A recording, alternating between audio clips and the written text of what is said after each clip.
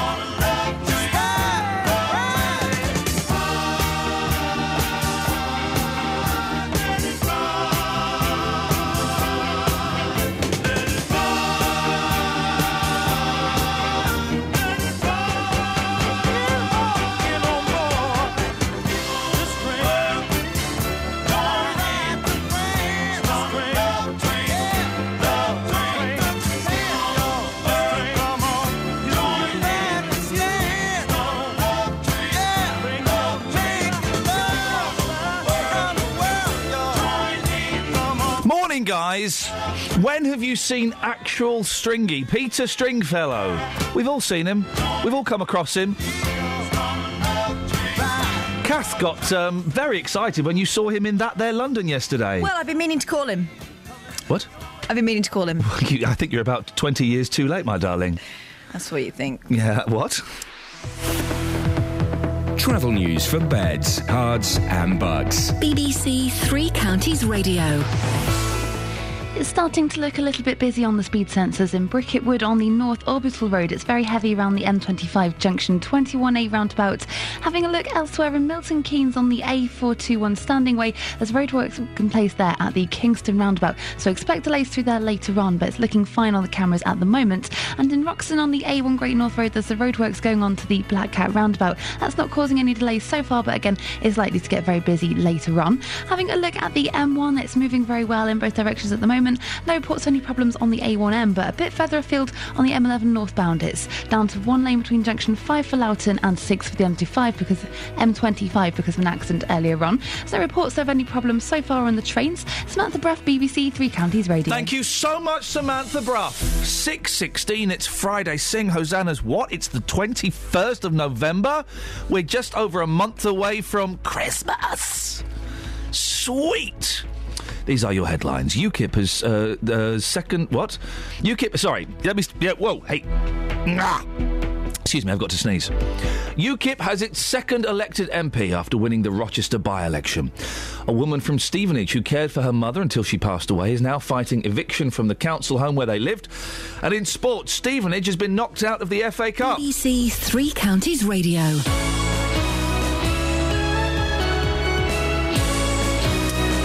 The thing about Roberta is he never leaves the studio. Yabu sucks, Roberta.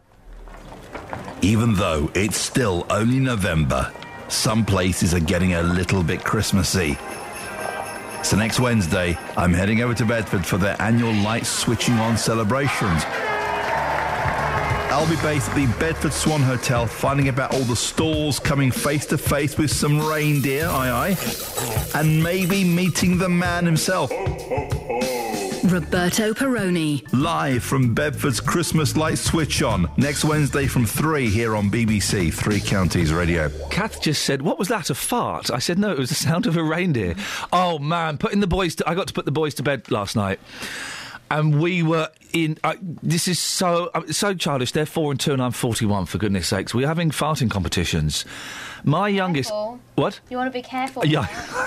The winner could be the loser. Particularly when they're selling your head. But my 2-year-old was in proper, genuine hysterics. You know when they just can't stop laughing?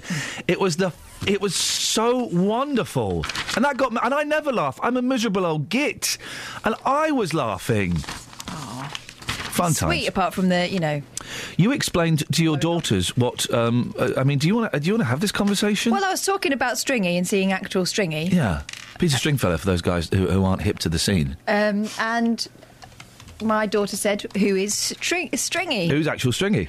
And I said, he runs a special club where ladies take their clothes off while they're dancing. Yep. She thought that was hilarious. Yeah. One, a ridiculous idea, Yeah. and two, that they got their bottoms out. Your sister wanted to be a stripper. She did. Well, she had 2 career paths she could have followed. Stripper or a tramp. Wow. Which one did she go for?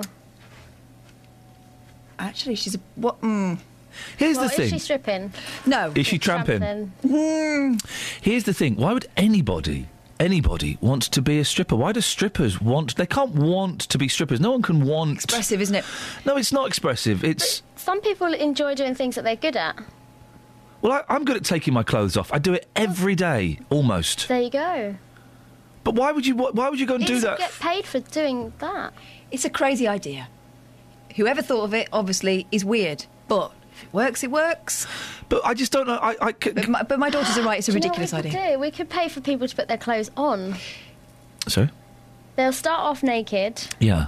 And then you'll see them put the clothes on, and then you give them money and say thanks. Yeah, go away. You don't call it giving it money, you call it making it rain. I've seen Rihanna videos. Making it rain! Well, you chuck pennies at them. No, not pennies. No? That would hurt, especially if they've not got any clothes on. I don't get why anyone would want... I get why people would want to see it, but I don't get why anyone would... Have some respect for yourself, sisters. I respect you. That's why I'm going to put £10 in your stocking top, but... It does sometimes feel good to take off a coat, though. So maybe it's like that, but like a lot. Don't knock it till you've tried. It does. I know what you mean when if you've got really tight shoes on or high heels. Maybe it's that. Kicking those bad boys off. I'm going to take my blazer off now. Yeah. Put a tenner in her stocking. That felt it just. But why would anyone do that? Why would anyone want to? Do you know what? Do you know what I'm going to do? I am going to take my clothes off in front of lonely old men whose wives don't know they're here. Rhythmically. Is that like rhythmically? Rhythmically. Rhythm is a dancer. Yes. 08459 455 555. Can I just say my sister did want to be a stripper, but there was a caveat. Yes. Oh, you're not allowed to wear those. She would only be a stripper if she could keep her bra on. There we go, you see.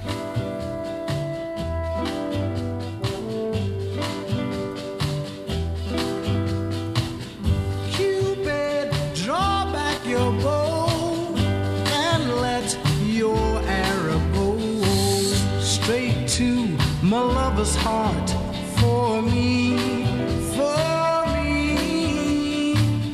Cupid, please hear my cry and let your arrow fly straight to my lover's heart for me.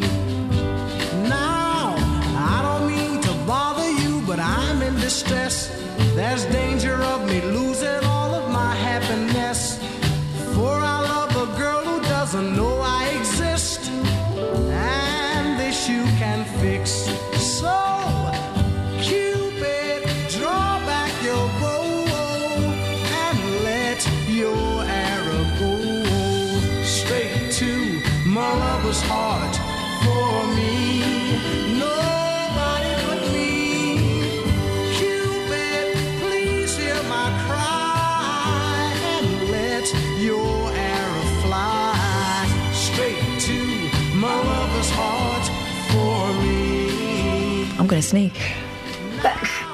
Cupid, if your arrow make a love storm for me, I promise I will love her until eternity. I know between the two of us her heart we can steal. Help me if you will. So, Cupid, draw back your bow and let your arrow go straight to my lover's heart for me. In October, I'm going to sneak. Cupid, please hear my cry and let your arrow fly straight to my lover's heart for me. Now, Cupid, don't you hear me calling you? I need you, Cupid. In October, I'm going to sneak. I'm going to sneak. Across beds, hearts and bucks. This is Iain Lee. BBC Three Counties Radio. Red alert levels have been reached at 2 accident and emergency hospitals in Beds, Herts and Bucks before the main winter peak period. Patient admissions to accident and emergency reached the highest red alert level at Stoke Mandeville and Bedford this week, while other hospitals in the 3 counties report that their admissions have risen. The Lister Hospital in Stevenage has seen the number of people arriving in ambulances at its A&E department go up by 8%.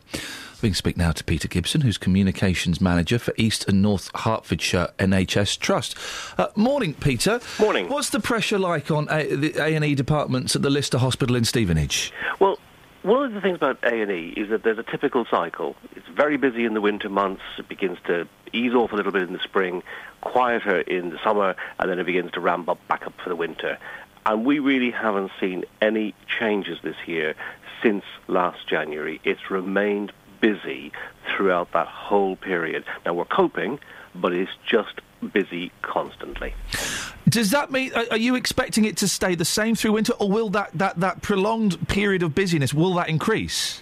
That's what we don't know yet. We don't know whether what we're seeing now is just the new steady state, that's just the way things are, or whether we'll see a further increase into the winter. We're preparing for that, but obviously that's the worry. Will the Lister be able to cope if it goes up? Yeah. I mean, it is a real challenge, but one of the things that we have, which is a real boon, if you like, at this time, is that we've just obviously opened our brand new emergency department. It's twice as big as it was before. The capacity's increased. We've got more wards behind it, and with the help of our clinical commissioning group, we've actually opened up even more beds to cope with these extra numbers, the attendances. And it's not so much the attendances that matter, it's the level of admissions. So what we're actually seeing is a higher percentage of more sick patients coming into the emergency department. The old split used to be roughly 60-40 between very sick people and people with perhaps less life-threatening injuries and illnesses. It's now sort of approaching more like 80-20.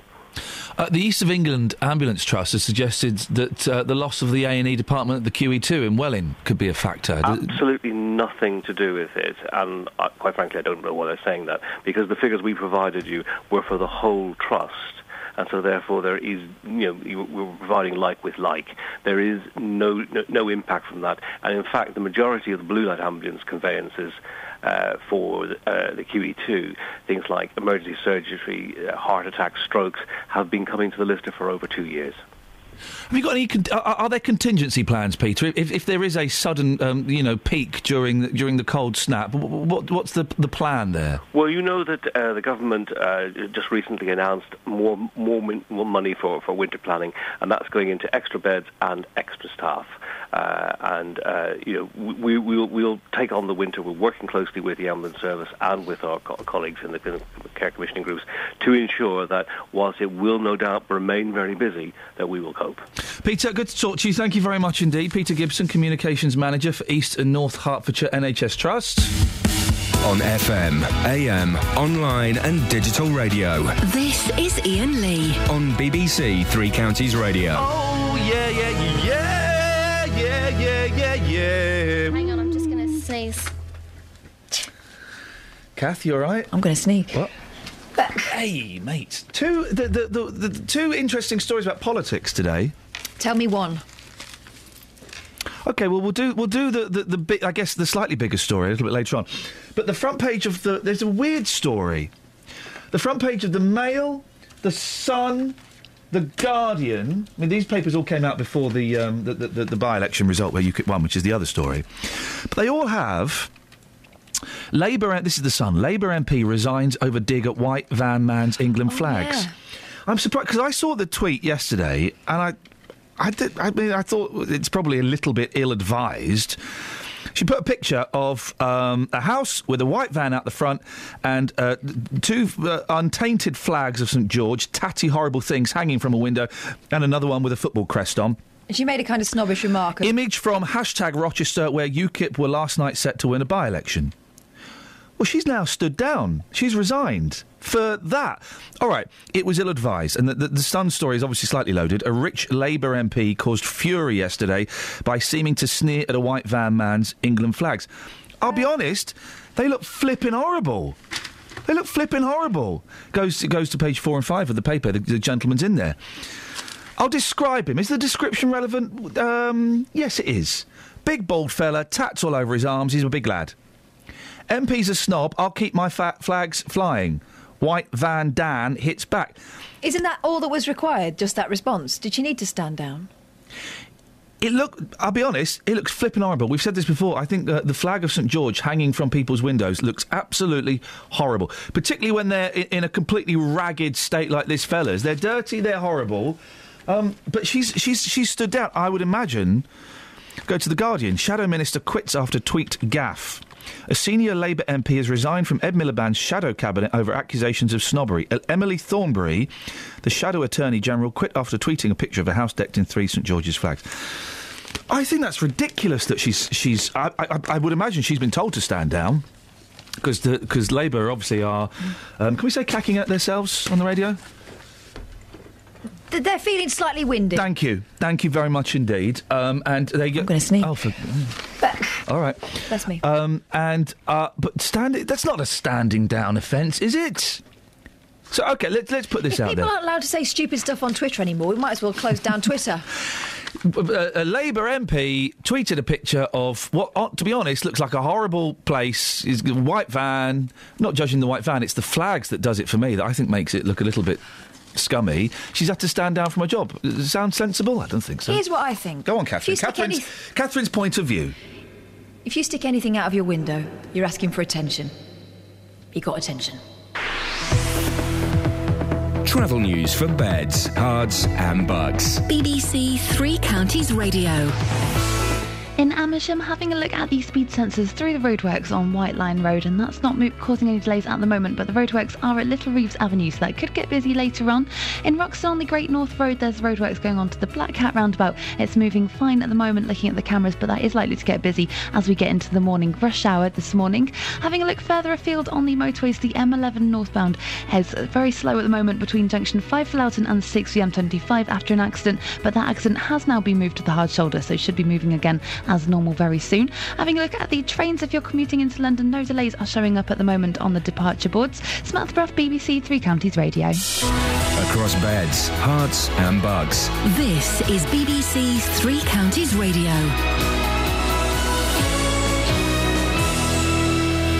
It's 6:30. I'm Lee Agnew. The headlines. The UK Independence Party has its second elected MP after winning the Rochester and Stroud by-election. Mark Reckless, who defected from the Tories, won the seat with a majority of just under 3,000. A woman from Stevenage who cared for her mother until she passed away is now fighting eviction from the council home where they lived. Stevenage Borough Council says Gemma Sheldrick doesn't have the right to stay there. And there's concern that casualty departments are struggling to cope with a growing number of patients. Over the past week, Bedford and Stoke Mandeville hospitals have closed their doors because no beds were available. The weather will be bright at first but turning cloudy with outbreaks of rain. Top temperatures around 10 degrees Celsius, that's 50 degrees Fahrenheit. Three Counties Sports. BBC Three Counties Radio. Stevenage are out of the FA Cup after losing 2-1 to Maidstone United in their first round replay last night. The home side got the winner with 3 minutes left on the clock. Refusing to blame the defeat on the 3G pitch, Stevenage manager Graham Wesley praised his opponents. They were more than a match for us over the two games. We played them on grass, we played them here. People talk about the surface. It's not about the surface. Their appetite and their attitude to winning, their know-how in terms of winning. They've got some good quality players there, lads who are way below the level they're capable of playing at, and they deserve to beat us. Stevenage play Northampton tomorrow. It's the MK Dons against Port Vale, while Luton travel to Burton Albion and Wickham play Cheltenham. Watford face Championship leaders Derby, and the Hornets boss Slavica Jukanovic is excited at the prospect. I expect it's going to be perfectly day for us, front of our supporters, fighting with top team in the Championship. Really, I like how Derby play games, but we are working for try best way for us fighting against them. Lewis Hamilton says he doesn't feel under pressure ahead of the title-deciding Abu Dhabi Grand Prix this weekend. Hamilton leads Mercedes teammate Nico Rosberg by 17 points and needs to finish second if Rosberg wins to secure the title.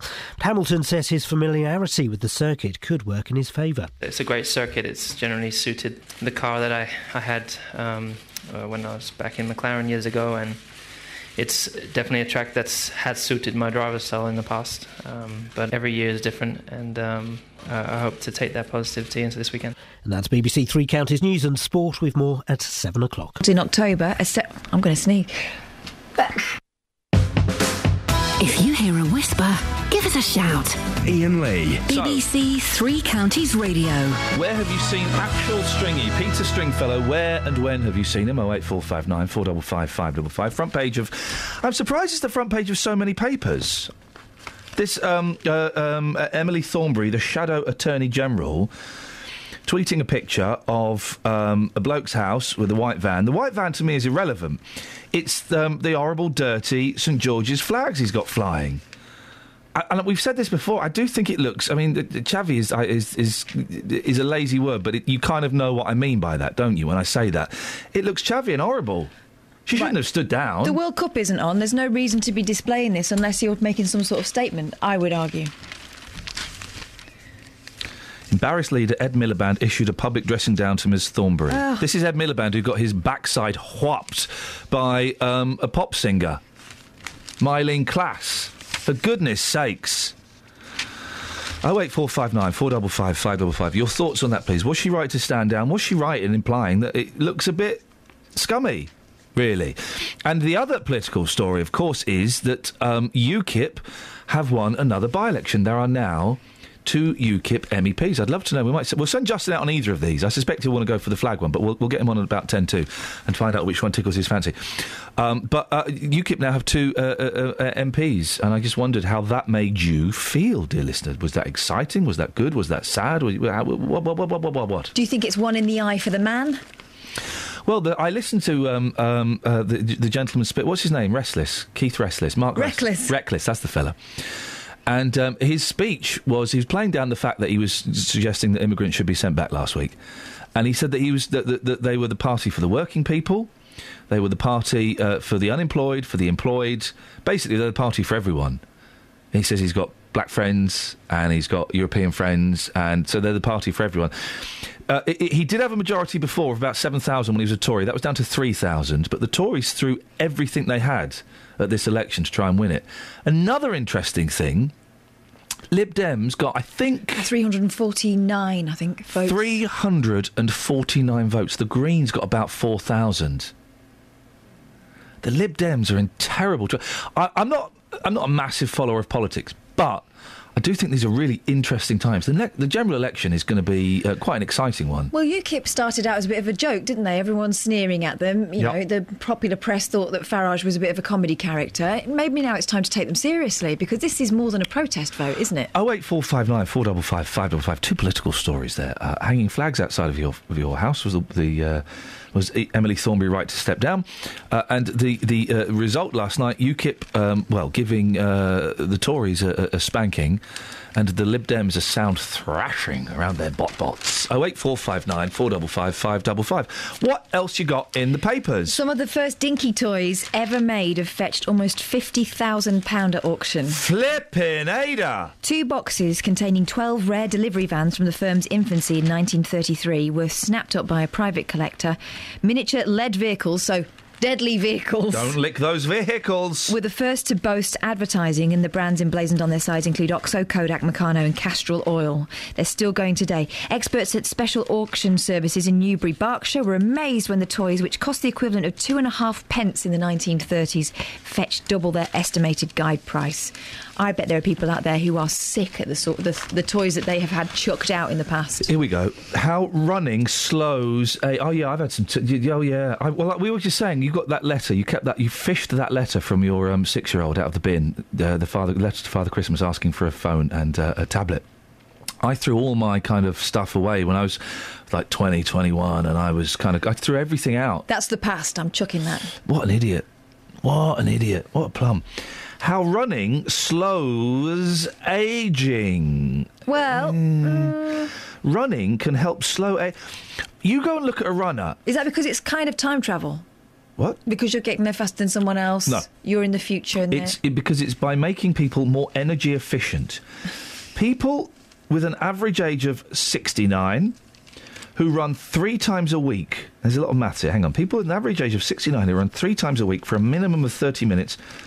can walk as efficiently as someone in their 20s. What does that even mean? They can walk efficiently? When I was in my 20s, I didn't realise how efficiently I was walking. No. You just don't, You take that for granted. Yeah. The thing is, if you look at the face of a runner, they are haggard beyond belief. Yeah. They are completely Merle Haggard. It's an awful, horrible look. I mean, look at the Radcliffe. Yeah. When she's running, it doesn't look like fun to me. No. Well, she has to... We know the Paula Radcliffe way, don't we? Yeah. Yeah. Why are you doing a Stevie Wonder? Because that's what she does when she's running. She's like leading herself on with her head. It's not only what she does, is it, Peter? Good morning. You know what Paula Radcliffe does when she's running, don't you? No. Poo. Oh, yes, I do, actually. Yes, you do. Only on one occasion. Yeah, well that's one too many. Apparently it's quite common, and hardened runners will do that sort of stuff. If you run a marathon, it loosens your bowels. That is a fact. I'm not even... No. They drink a lot of water to sustain... That's not, Peter. That's not what she did. I know, but that's why she loses water. Yeah, she lost water. Then what was she eating then to make her lose that? No, it's not what she's eating. She ate that before she ran. Yeah, well, she shouldn't have eaten that. Anyway, but it's true. If you're a long-distance runner, it loosens your bowel. Anyway, Peter, what do you want to have a whinge about today? I just wanted to talk about the by-election, basically. Yeah, go on. I think they've got even bigger problems with that, because many people like me would wish the Scottish National Party to put up candidates in England. Because I think they're already going to get the balance of power anyway. What? And if they put up candidates in England, I think there's quite a few who get elected on their social policies. Hello? But they don't care about England. What are you talking about? What do you mean they don't care about England? We've got some great Scottish people here. The Scottish National Party. They're for Scotland, aren't they? It doesn't... No. The Scottish National Party. They want to rethink their title, then. That's the name. I mean, if they put up candidates in it, well, Salmon's going to stand anyway. Yeah, but Kath is putting a confused face, and I... Well, she may be confused, but I followed politics for many, many years, and I'll tell you straight, okay, well, so she needn't be confused. You needn't be. Oh. Neeten, you needn't be. But the thing is, they're the Scottish Nationalist Party. Why would they want to get involved in English politics? And why would anyone in England vote for them? Because if they want to get everything they require, they should get as many seats as... But who's going to vote for them? Peter, you're insane. Who's going to vote for them? There are many thousands... Because they've got no other parties to vote for, there's many thousands of English people would vote for them because of their social policies. In Scotland? It don't matter where it is. Peter, I'm going to let you go because I think you might have been at the old sherry a little bit too early. It kind of does matter. I mean, why don't we vote for, I don't know, Le Front National? Because they've got some strong policies. What? You're actually raising your nose in the air. Don't get it. There's a big question mark that's just appeared over your head. I know. Kev's in Northampton. Good morning, Kev.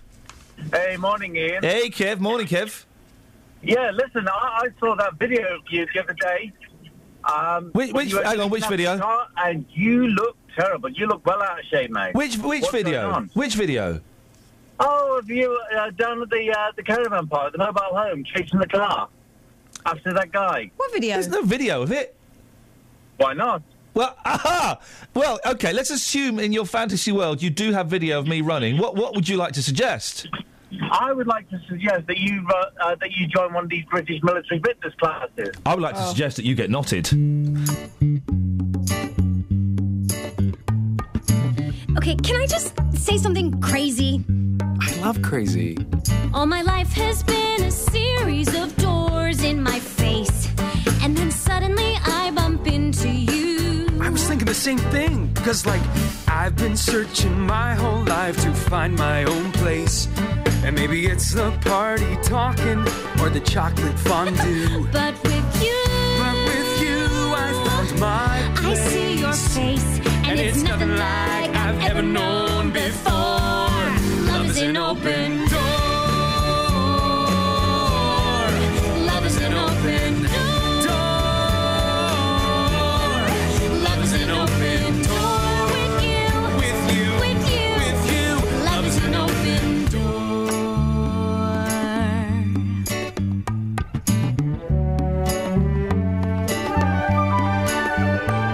I mean, it's crazy. What? We finish each other's Sandwiches. That's what I was gonna say. I've never met someone who thinks so much like me. Jinx again. Our mental synchronization can have but one explanation. You and I were just meant to be. Say goodbye to the pain of the past. We don't have to feel it anymore. Love is an open door. Love is an open door. Life can be so much more with you. Love is an open door. Can I say something crazy? Will you marry me? Can I say something even crazier? Yes. If you stick anything out of your window, you're asking for attention. You are. Warning. Kath is totally quote-tastic today, Did isn't that she? song just happen? Yeah. That was a real song. Yeah, and Kath explained to me huge bits that I've missed out of Frozen. I've seen Frozen. Don't spoil it. They die at the end. No. I've seen Frozen so many times, but I've always missed the bit where the good guy turns bad. Whoa, spoiler alert. Sorry if you're How getting... have you missed that bit? I've got two boys. Even I know that. That completely took me by surprise the first time I saw that. I know that he is I bad. knew something was going to happen, though. It was too much, right, for her to marry the first boy she ever meets. Yeah. That couldn't happen. I in know modern that he Disney. turns bad, but I just always miss the bit where he turns bad, so I'm never quite sure how he got there. But, guys, what a boring conversation this is, isn't it? rescued by Let's go that back and see how guy. far they've gone. I thought, oh, he is the one that she's going to end up I thought he was going to end up with Ice That Queen because really he's into is, ice. I'm see. going to leave them to talk while we go to the travel guys. Let's see if they're still talking when we get back, shall we? Travel news for beds, cards and bugs. BBC Three Counties Radio. Having a look at the speed sensors around High Wycombe, and it's moving very well at the moment. There's roadworks on Marlow Hill in both directions at Marlow Road Junction, but that's not causing any delays so far. In Aylesbury on Great Western Street, there's closed there for roadworks between Walton Street and Friarage Road, so that could cause some delays. Might get busy around there later on. And in Hemel Hempstead on Leighton Buzzard Road, there's roadworks in place at Moor End Road. Not causing any delays at the moment, but is likely to cause some problems later on. Having a look at the motorways on the CCTV cameras, and things are moving very well on the M40 in both directions. No delays on the M25 at the moment, and the A1M is looking clear at the moment. And the reports of any problems on the trains. Samantha Bruff, BBC Three Counties Radio. Thank you very much. 6:46, it's Friday the 21st November, and I am hungry. These are your headlines. UKIP has won the Rochester by-election. A woman from Stevenage who cared for her mother until she passed away is now fighting eviction from the council home where they lived. And in sport, Stevenage have been knocked out of the FA Cup by non-league Maidstone. Shame on you. Here's the weather with Sarah.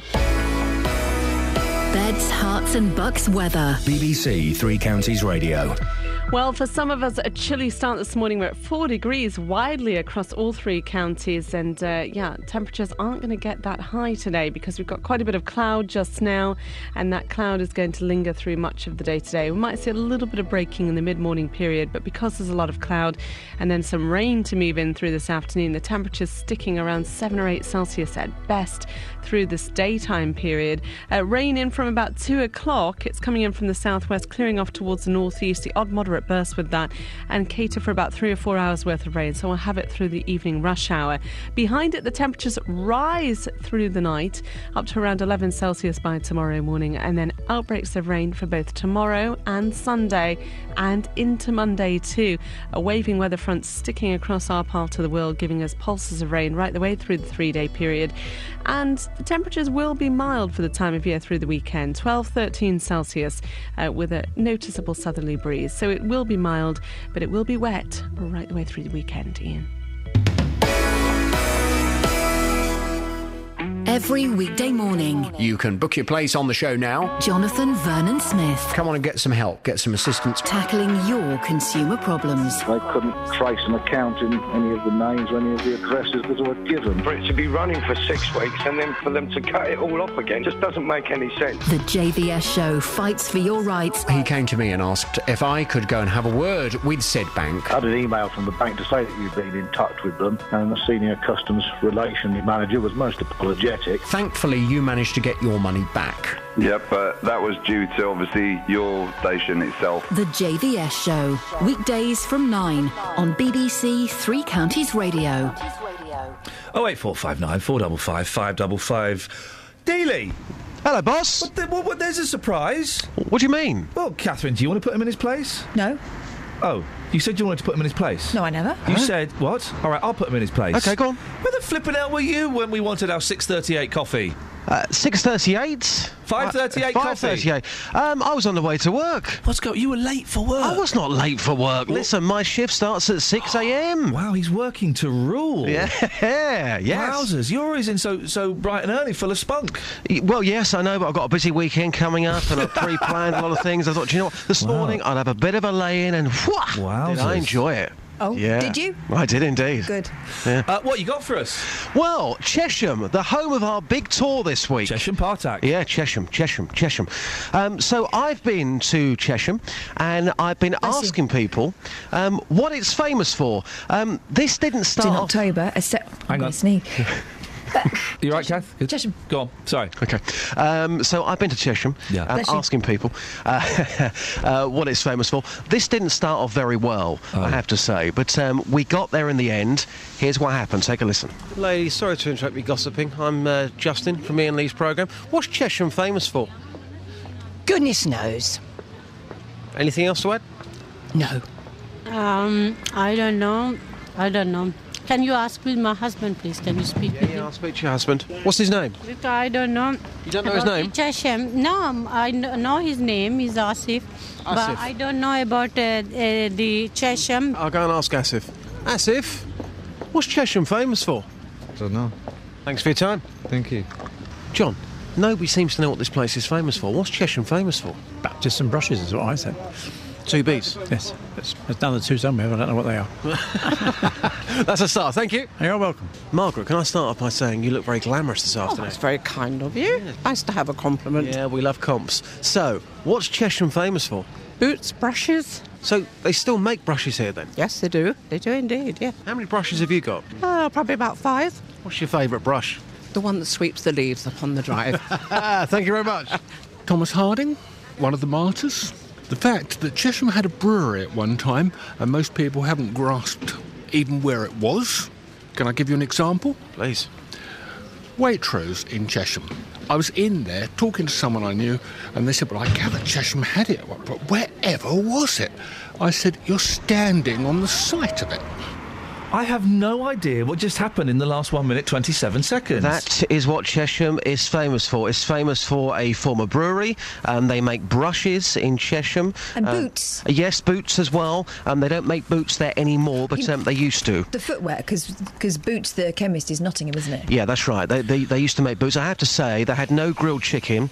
I had a very long walk to get my cigarettes. And, it was an interesting stay in Chesham. Good luck to Nick Coffer this afternoon. Well, now, listen, later on you're going to be talking about this EDL march and speaking to some people who they're worried that business is going to be down when this march takes place in Luton.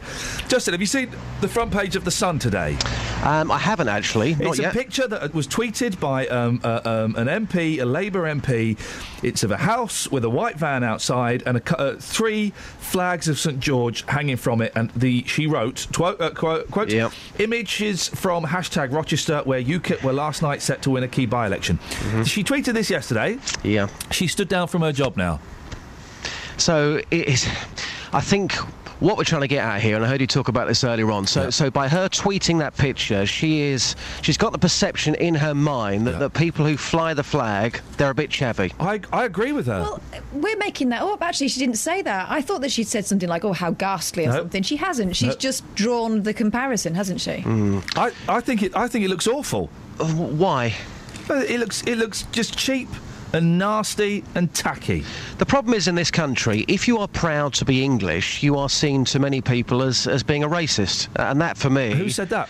A lot of people. OK, I'll give you an example. But that's not the conversation. No one here is... She's not mentioned racist, we've not mentioned racist, that's not... But there is a perception. I think it was Steve 2 days ago who phoned up saying all the English football players, that they are racist thugs, every single one of them. So there's this perception that if you're proud to be English, if you're flying the flag, well, you're a bit chavvy, you're a bit scummy. If you want to go and do that, that's entirely up to you. Not my cup of tea personally. I'm proud to be English. I wouldn't fly the flag outside my home, but each to their own. That there's absolutely nothing wrong with flying the flag. But I think I want to stay away from the racist thing, because that isn't the argument here, and I think that's misleading, and I think in some ways it's slightly lazy, because it looks horrible. If you should look at the state of these flags. They look flipping horrible. He obviously hasn't got any respect for the flag. Yeah. Otherwise he wouldn't have hung it like that. So, am I taking that image to the streets, asking people, let's just get people's first reaction. There we go. You've seen that image. What do you think of it? Beautiful, there you go. Justin. Thank you very much indeed. Kelly Betts, BBC Introducing. Who we got? It's Natasha North. She's from Sear Green. She's wonderful. I went and watched her perform in an old church last night, and she was absolutely brilliant. And just, everyone stood up and clapped at the end. That's what they do? Actually stood up. Wowzers. Standing ovation. Standing ovation, yeah. Like, woo, yeah. This is her track Fire. It's been playing all week on 3 Counties Radio.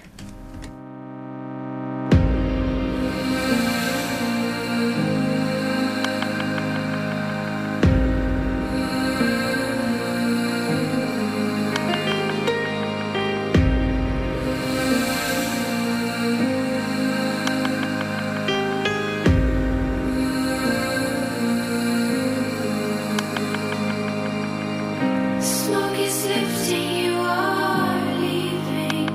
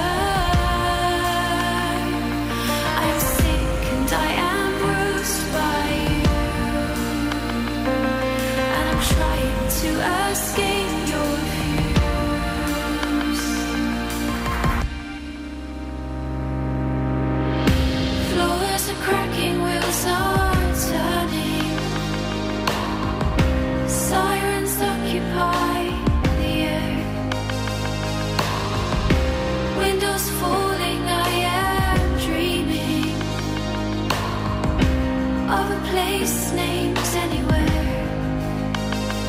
We are done. You're on the run. My fight's begun. Damn this fire. Damn this fire. I'm sick and I am bruised by you, and I'm trying to escape your views. The devil is your friend now. I am choking you across the line, 'cause the door is locked and I'm trapped inside.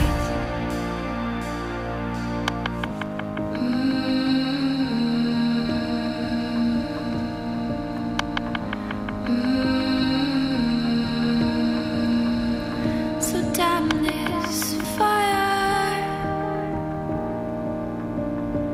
Damn this fire. That's Fire by Natasha North from Sea Green in Buckinghamshire. If you want to hear more, BBC Introducing, where and when, Kels? Saturday night, 8 p.m. here. Oh, that's simple. Pat's in Houghton Regis. Good morning, Pat. Good morning, Ian. What would you like to say, sir? What a great day to wake up to another UKIP victory, eh? Why is it so great? Well, democracy in action, isn't it? You know, when people have had thing. enough. It's a beautiful thing. They can use the ballot box to tell the other established parties they've had enough. What do you think that the people who voted UKIP yesterday, what are they saying to the other parties? Well, we keep saying about it, you know, our country's being flooded by immigration all the time, and it's a pressure on all our resources, including the hospitals. Right, so what is UKIP's stance on immigration? Because the fella who won, Reckless, the other day he was saying they were going to send a lot back, and then in the speech this morning, he said, oh, no, I didn't mean that, they're all welcome. So what do you think they're going to do? Well, if I was to vote UKIP, which I may do, my stance on what Reckless said was, who cares? I don't really care what he said. All I know is... But hang on. He's a UKIP MP, so what he's saying is the UKIP line. So what do you think the UKIP policy is on immigration? Well, put it this way, I don't know much about the other policies of all the other three parties because they seem to change and when they're in. Well, hang on a minute. Farage is changing all the time. Like, he was filmed the other day saying that he wants to privatise the NHS and work it on an insurance-based system, and then he said, oh, no, actually, I don't mean that. So they're changing all the time as well, aren't they? Ian, you're sounding like a Conservative or Labour MP that's in government at the moment you're asking me this question. I'm sounding like someone who's just saying all of the things you criticise the other parties for, UKIP have done recently as well. What's their policy on immigration? Ian, if they've got a policy on immigration which means they're going to curb immigration, and I don't know their policy. It doesn't matter to me. Ladies and gentlemen, thank you very much. Well, obviously it does. That's the problem, Pat, because you just said you brought up immigrants and you're going to vote for UKIP because of immigrants, but you don't know what their immigration policy is. Interesting, isn't it? 08459 455 555. Travel news for beds, cards and bugs. BBC Three Counties Radio. Into High Wycombe on Marlow Hill. It's looking heavier than usual on the cameras on Marlow Hill around the junction for High Wycombe. In Bricket Wood, the North Orbital Road's looking heavy around the M25 junction 21A roundabout, and it's also looking very busy in Boreham Wood on the Barnet bypass. It's queuing southbound between Barnet Lane at the Stirling Corner and the Mill Hill Circus. Elsewhere though, it's looking fine on the M25, and the A1M has no reports of any delays, and no reports of any delays showing up on the train departure boards either. Samantha Bruff, BBC Three Counties Radio. Thank you, Samantha. Are you pleased with the UKIP result? It's interesting, isn't it? Because Pat brought up migration, said he'd vote for UKIP because there are too many immigrants here, but he doesn't know what their policy is on immigration. Isn't that interesting? Local and vocal across beds, hearts and bucks. This is BBC Three Counties Radio.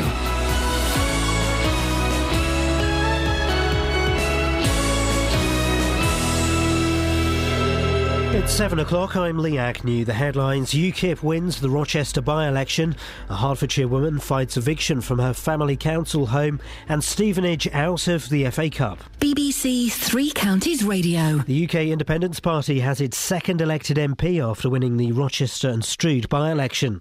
Mark Reckless, who defected from the Tories, won the seat with a majority of just under 3,000.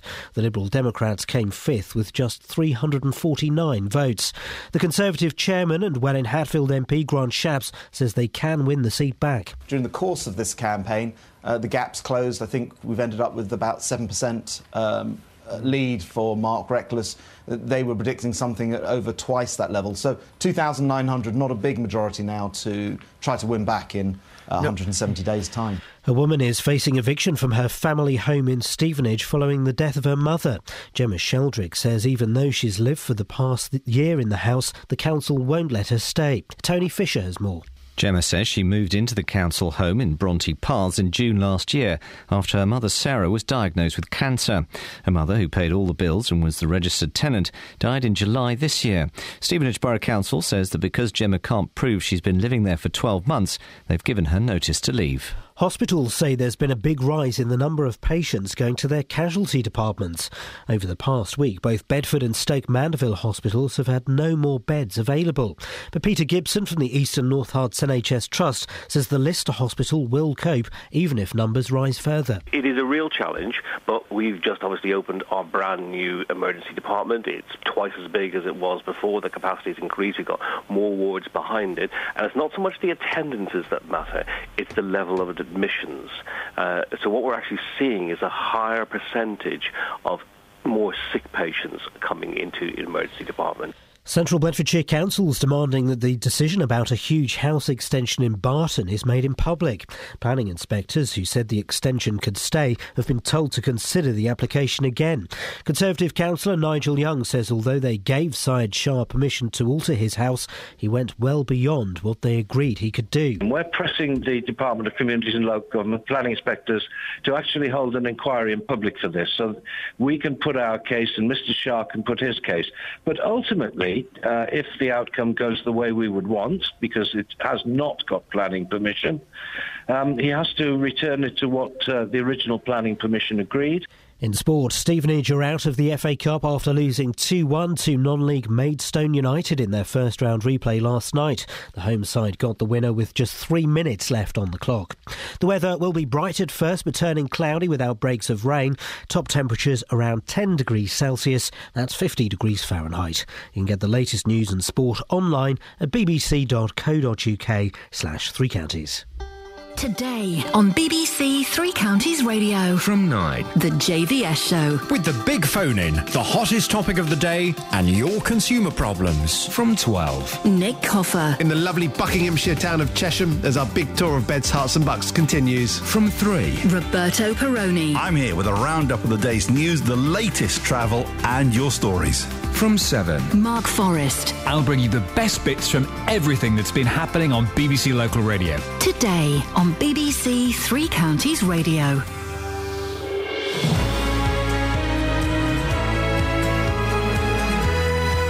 Morning! Iain Lee's here, Catherine Boyle's there. Hello. What's on the show this morning, Kath? Busy this morning. Elections, evictions, and... Oh, what's it going to be? What's it going to be? Demonstrations. Thank you very much indeed. UKIP won their second seat yesterday. How does that make you feel? You happy? You excited? You sad? You scared? What? We just had Pat on. Pat was saying that well done to UKIP and there are too many immigrants and he'd vote for them. Doesn't know what their policy is on immigration. 08459 455 555. Another political story, front page of The Sun. Shadow Attorney General, former Shadow Attorney General, tweets a picture of a house with a white van outside and pictures of the St George's Cross flying. It looks awful. I think it looks awful. She drew a connection with the UKIP vote, didn't she? Yeah. She wrote, image from Rochester, where UKIP were last night set to win a key by-election. Well, she has been forced to stand down. Is that a fair connection to draw? Well, is it a fair connection? I think everybody's kind of just a little bit trigger happy at the moment. You know, should she have stood down? 08459 455 555. And where have you seen Peter Stringfellow, or as we're calling him, Actual Stringy? Actual Stringy.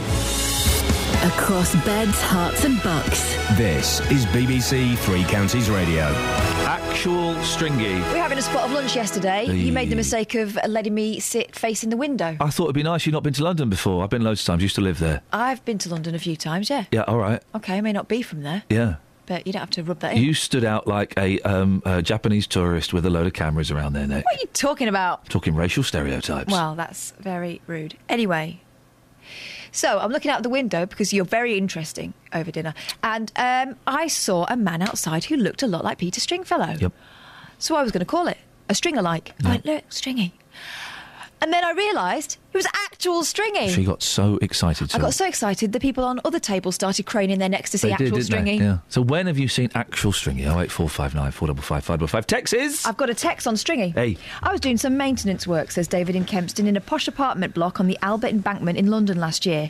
Peter Stringfellow was working out at the gym there with his instructors with towels encouraging him. Not just one. Wow. Instructors. Yep. I couldn't believe how short he was. He did look a bit of a prat. Yeah. I've met Stringy. He's a nice fella. He's always been very polite to me. I think I had dinner with him once. I seem to remember sitting at a table and eating with him. The mane is still there. It's now white and straight, and he doesn't have the little crop of spikes on top anymore. No, that's gone. Sarah Furley says on Twitter, I knew his godson whilst at uni. His name was Rudy. I bet it was. I bet it was. Robbie's in Watford. Morning, Robbie. Morning, how you doing? Yeah, I'm good, thank you. Ever seen Stringy? No, never. OK, what have you called in for, sir? I was just calling about this UKIP by-election. I think it was interesting listening to Pat. What Pat was saying is that, and I think it's kind of systematic across, I don't want to kind of label all UKIP voters together, but I think it is systematic across UKIP voters, is that they don't actually know what the policies are, and it's because UKIP doesn't really have any solid, concrete policies. They're kind of opportunistic in how they deal with politics. The fact that their two MPs have come from defection to the Conservative Party, and to be honest, it's quite clever. They know that if they start from the ground up, they're not going to get anywhere quickly, and so they look at insecure seats and approach the politicians about defection. And so if you could say to a politician, if you defect to us, you're going to keep your seat. If you're going to say people are disassociated with your party and they're going to leave, they're going to defect. And I think the fact is that they're so unclear about what they actually stand for. No one really knows, but they have a license to be unclear because they haven't got any real solid basis of history. But Robbie, they have. I mean, it's brilliant hearing the Tories try and play it down. Well, they were expecting to get a majority of 7,000. They only got a majority of 3,000. Yeah, they got a majority of 3,000. It's significant. And the Tories threw everything at that. And the Lib Dems got 349 votes. So whether you agree with UKIP or not, they've certainly they've kicked the other parties into touch in this one, haven't they? Oh, absolutely. And you've got to give them credit that actually they've managed to reach a body of voters who are going to vote for them. The question is that I think that UKIP are I would put them down as they've gone from being kind of a pain in the neck to kind of a significant nuisance to any party in power at the minute. But were UKIP to get in power, there would be serious issues, steering clear of the whole immigration thing. The fact that they don't have any real solid policies for anything. Robbie, listen, we've got to move on, but thank you very much indeed. 08459 455 555. I would imagine that a significant number of UKIP voters, and I'm imagining, you can prove me wrong, think that the policy on immigration is to shut the doors and kick them out. Is that their policy? I don't know. 08459 455 555. Now, a woman is facing eviction from her family home in Stevenage following the death of her mother. Gemma Sheldrick says despite the fact she's been living in the property for the last year, the council won't let her live there. Well, your mum was rather special, wasn't she, Gemma? She was. Tell us why she was so special. She worked very hard for the community. Even through her illness, she carried on trudging through Dog Watch, which she made successful over quite a few years in the end. What's Dog Watch? Dog Watch is a community organisation. So basically, it's the eyes and ears of the community. People can report things easier. We organise events for people to all get together and raise awareness for some charities as well. It's all about kind of raising awareness of the community and trying to bring the Safer Neighbourhood Watch team. And she was honoured by the Queen, wasn't she? She was. She did get a British Empire medal. Do you get to meet the Queen for that? She did, yes. Oh, I bet she was very excited. I bet you're all very, very proud of her. We were very proud of her. Now, unfortunately, she got ill. When did you know that she was ill, and when did you realise just how serious it was? Well, she was battling cancer all throughout all of her dog watch events, obviously more in the more recent year. And we found out a bit earlier this year that the prognosis was worse than what we originally thought. And she was given, I don't know, kind of worst case scenario was going to be about 6 months, and about a month and a half later she passed away. Oh, I'm sorry. And you've been living with Mum for how long to help her out? It was just over a year, yeah. And what kind of stuff were you doing when you were there with her? I was just supporting her. My mum was a very independent person, and like I say, she trudged on and kept going on with her community things like that, still try and keep involved. So she was a force to be reckoned with. So it was quite a shock, because you always think that someone's going to be able to beat it when there's someone like that. But, yeah. My dad was a big fella, and he got cancer, and he kind of similar situation. And just to see them kind of shrinking in front of you is it's heartbreaking, isn't it? It's a horrible thing. Yeah. Well, the situation is now that it's a council house. Is it a house or a flat? Sorry. It's a house. It's a house. And how long had your mum lived there? I think we moved there when I was probably about 2 or 3. So that would have been about 22, 23 years ago. And you were hoping that you could take on the house once Mum passed away? Well, as far as I'm aware, if you've been living there for 12 months or more, you can succeed the tenancy. I mean, my mum was dying, so my main priority was looking after my mum. So things like ins and outs of her sorting out some paperwork stuff of putting me on tenancies and things like that wasn't something that was our priority. But the fact of the matter was, I was living there for over 12 months, or 12 months just over, as their policy is that I can succeed the tenancy. Now, obviously, it's a difficult time anyway for myself and the rest of the family because of my mum, and obviously they've recently awarded her, after she passed away, the Pride of Stevenage Awards. So they're doing that, and then at the same time they're trying to get me out of the house, and it's very difficult because it's a difficult enough time as it is. So they asked me to provide evidence, which I sent in to them. They booked a panel hearing for me to go and appeal because they weren't too sure, and they decided that they'd cancel it. Why did they cancel the hearing? Yeah, they booked the hearing, and they actually made quite some effort to book it in the first place. And then after about 2 weeks of booking it, they cancelled it. Did they give a reason for that? No, they said that there was not sufficient evidence. However, they had booked that with all the evidence that I'd sent them before. What evidence had you sent them? It was my savings account details that were registered to that house, and also my birth certificate as well. Right, because the birth certificate isn't going to show that you've lived there, is it? No. I don't really understand. Thought they wanted that, did they? Yeah. The Stevenage Borough Council, they're not coming on. They've been a bit slack in terms of talking to us. They've sent us a statement. Let me read you their statement, Gemma. Okay. In order for anyone... You've probably heard something like this before. In order for anyone to take over a tenancy, we ask for evidence showing us that they've lived at the house for 12 consecutive months before the date of death. Yep. As Miss Sheldrick has not yet been able to provide this, we ask that she contact our housing advice team, who will be able to offer her advice and guidance on her housing options. Yeah. So what are you going to do? Well, Stephen McPartland, the MP, is actually helping with this, and he has been advising, and also obviously he's been helping out as well, and he's going to be helping by going to the Housing Ombudsman as well, because they're not actually going by their own process. And I'd already actually met with a tenancy advisor who advised me that we would need to go to a panel hearing because of the situation. And they booked, like I say, they booked it, and then they cancelled it. And I'm only asking for my panel hearing, which is my right to actually attend and do. You still pay rent on another property, don't you? Why couldn't you just go back there? No, I don't. You don't? Rent on another property. Okay. No. Listen, Gemma, it's a really interesting one. Can you keep in touch and let us know how it goes? I can, yeah. I really appreciate your time this morning, and again, I'm really sorry for your loss as well. Thank you very much. Thank you, Gemma. Oh wait, it's I was going to say it's funny. Funny's not the right word. It's funny, isn't it, when someone passes away?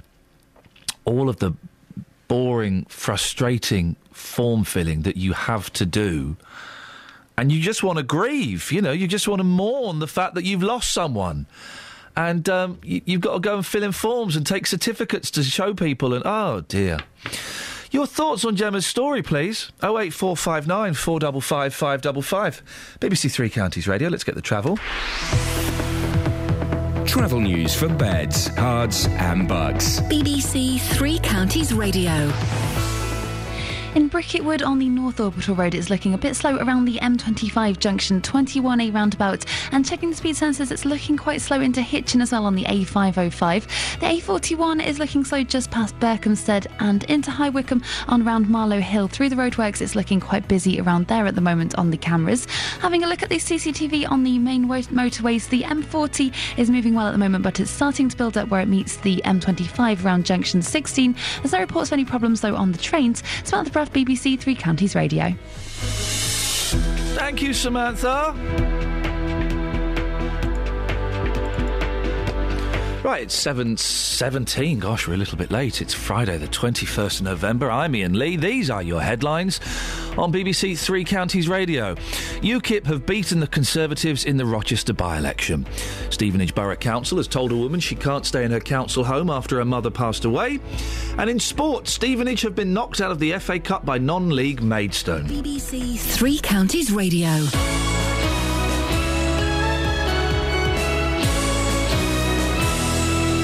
Nick Coffer across beds, hearts and bucks. This afternoon I'm joining up with the big tour and going to Chesham. I think it's a little hidden away jewel in the Chilterns, to be honest. I'll be based near the Clock Tower, hearing from Shed at the Park about their drama group for young people.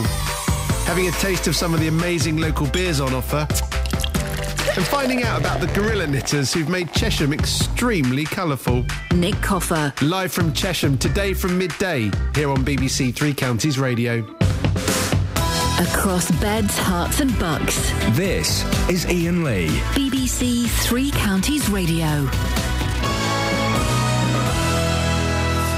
OK, so is the face of British politics changing? UKIP have won their second parliamentary seat. I was keen to get your thoughts on it, really. Are you happy? Are you sad? Are you worried?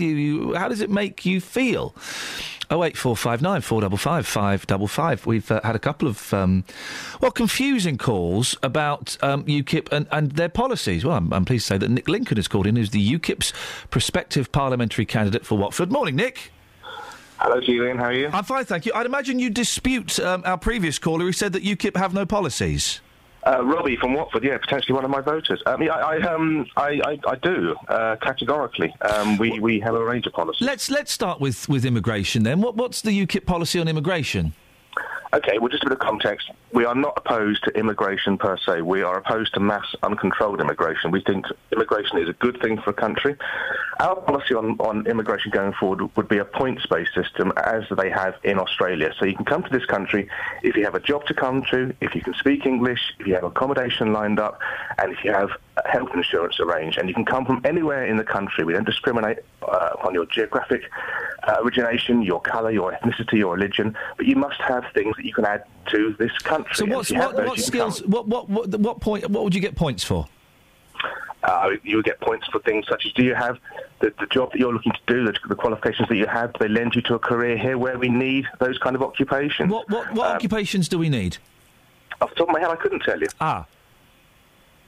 But so you want to introduce a points-based system where you'd be awarded points if you had the skills for occupations that we need, but yet you don't know what the occupations are that we need? At this stage, I don't know. I couldn't tell off the top of my head what the occupations are, but there would be hang on, things... But Nick, you're saying you've got a policy on immigration, but it turns out it's a half-thought-out policy. It sounds good. Points. You'll get points, but you don't know what you'd give those points for, so you haven't got a policy on immigration. No, I was quite clear. We would give our points for those people that have the skills for those occupations that we need in this country. I can't what occupations? Nick, it's not off the top of your head. You're UKIP's prospective parliamentary candidate for Watford, so I'd expect you to know this. What would you get points for?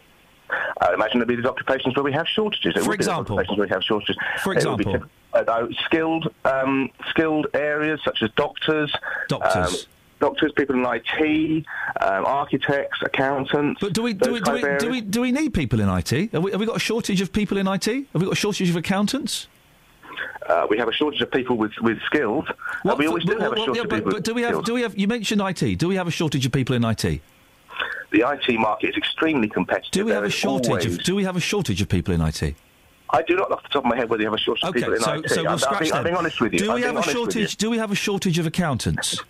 Look, Ian, I'm addressing the question of what is our overall policy on immigration. You're not answering the question. You said that UKIP would introduce a points-based system. What would you give points for skills that we required? What skills do we require? You don't know. I'm being completely candid with you. I do not know to that You're a degree. prospective MP for UKIP and you don't know what their policy is. I think the bigger question to address is here. How are we going to control migration? What are we going to do with the European Union migrants that are already here? And I want to categorically state on record that if people are here legally, they will be allowed to remain here legally when we leave the European Union. That goes against what Mark Reckless said, doesn't it? Mark Reckless handled the question rather... He said that he suggested that migrants who've lived in the UK for several years could be turfed out. Is that UKIP policy? No, it's not. Why did a UKIP MP say that? I guess because we're all human. You know, we're not perfect. We make mistakes, and he made a mistake, and it wasn't a well handled. But our question, But listen, you can't. The thing is, if you are a prospective MP. And you know that you represent a party that some people perceive as being racist. Certainly, immigration is a key factor in that party. To not know how the point system would work, to suggest that migrants who've been here, who lived in the UK for several years, could be turfed out of the country, those are pretty big mistakes to make, aren't they, Nick? And you could surely you could understand why that would give fuel to those people who think that UKIP doesn't have a policy on migration and is a racist party. I would think that a lot of people would say, thank goodness there's a party talking about immigration and we're addressing these issues and we're not trying to budget or hide away from this key issue, which is, if you speak to anybody on almost any doorstep, it's something they raise, whatever their political background. Exactly, but you don't know what the policy is. I'm giving you an overlay of the policy. I'm not a policy wonk on this particular issue to the degree you'd like. I'm holding my hand up. What I'm saying is... But you're a prospective parliament. Why would anyone... It's very clear. No, it's not. Well, it's not clear, though, is it, Nick? Because you said you'd have... It's absolutely clear, because if people ask me what do you do with EU migrants that are already here, our policy is totally clear. If you are here legally now, you can stay legally here. So if you're here illegally, you will be deported. Mark Reckless was wrong 2 days ago, then, when he said that migrants from who'd lived in the UK for several years could be booted out. That was wrong. That was a lie. Mark Reckless was wrong, and I've always said that. But then why did he say that? Because he's human and we make mistakes. To clarify the point, if you're a migrant here and you're here illegally, you will be deported. OK, but just to clarify, Mark Reckless lied when he said that migrants who've been here legally for several years would be turfed out. That was a lie. Was that like, OK, someone asked me the time and I say it's 7:15, the time is 7:16. Am I a liar or just incorrect? Well, I don't know. Was what he said a lie, or was he incorrect? He was incorrect. OK, so it's as close to the truth as being a minute out telling the time. So it's a fine line. It's kind of how you phrase it. And just to clarify, the UKIP policy on immigration is you can come here if you've got the skills that we need. You'll be awarded points. Unfortunately, you don't know what those skills are that we need. Because we're not in power now, and we won't be in power maybe till 2015 or later, well, Nick, and then we would need to look at it. And so you wouldn't look at it. You wouldn't look at it before you were in power. You wouldn't clarify that. But we would be applying it when we were in power. It's the same system they have in Australia. So it's already up and running. It does work. So you kind of finalise the policies once you're in power. You have the broad sweeping brushstrokes, but you really nail down those policies once you're in power. That's how it works, is it, in politics? To be honest with you, I know what you're referring to. It does a lot of the time, and it certainly does with our party, because when we announce policies in detail, the other parties come down and take them and pick out the bits they want and then put them in their manifesto. So this year, we are holding back as long as we possibly can before we announce things in detail. You'll know more about this than me, Nick, because you're the one that wants to introduce the points-based system based on Australia. Hasn't Australia seen more immigration since they introduced a points-based system? They may well have seen more immigration. So your policy would bring... bring... migration they want. Your policy would bring more foreigners into this country. No, why? Because that's what happened in one country, it would happen here. Well, you just cited Australia 3 times, I think, as being the system that you're modelling it on. And they had more people going into their country. So, kind of ipso facto, it would imply that we'd have more people coming into this country, if you're basing it on the Australian system. Yes, but the Australian system is based on the Australian economy and on the Australian structure. They may well have more skill shortages than we have. I can certainly tell you that we have migration of 250,000 people a year. Right. I'd be very surprised if any points-based system got anywhere close to that number. OK, but you still don't know... what the skills are that we need... to fill? Yes, for the fourth or fifth time, off the top of my head, I do not know, and I've said that right from the start of this conversation. OK, thanks very much. Nick Lincoln, UKIP's prospective parliamentary candidate for Watford. Did that fill you with confidence? 08459 455 555 is the telephone number if you want to give us a call. Does that fill you with confidence? They do have a policy on immigration. They'll sort it out once they get into power. They'll hone it down once they get into power. Steve's in Dunstable. Morning, Steve. Morning. Does that fill you with confidence, what Mr. Lincoln was saying? Well, I know what you're saying, but I suppose I don't know enough to really sort of comment on that side of it, but I'm not really into politics. I ain't got that up there yet. You ain't got that up there yet? OK, Steve, well, what would you like to say? Right, we need to shut the gates on immigration, or make it into a trickle of immigration, and pump all the money into getting the people off the dole and training them to do the jobs that these so-called immigrants are doing. I mean, we don't need low, unskilled immigrants coming to this country. Well, what skills do we need? Nick was saying that there'll be a point... Doctors, IT... Well, is there a shortage? Is there a shortage? Construction industry. There's a shortage in the construction industry. Hang on a minute. Sorry, there's a shortage in the construction industry. I thought you. But we got 2.5 million on the dole. Surely we should take people off the dole, spend the money, and then have maybe immigrants come in. We don't need them here. It upsets the fabric of communities as well. You ever been to a hospital? I have, yeah. Yeah. Ever been to a care home for the elderly or the infirm? No, not yet. Right, well, I have, unfortunately. I go to one quite regularly. And if we didn't have Polish immigrants coming and working, particularly in care homes... I don't care what you think. Right? No, Steve, Steve, let me give you some facts, okay? And then you can come back. You don't. Let me say it, Steve. Let me say it, and then you can come back. That's how conversation works, right? Is that right? Yeah.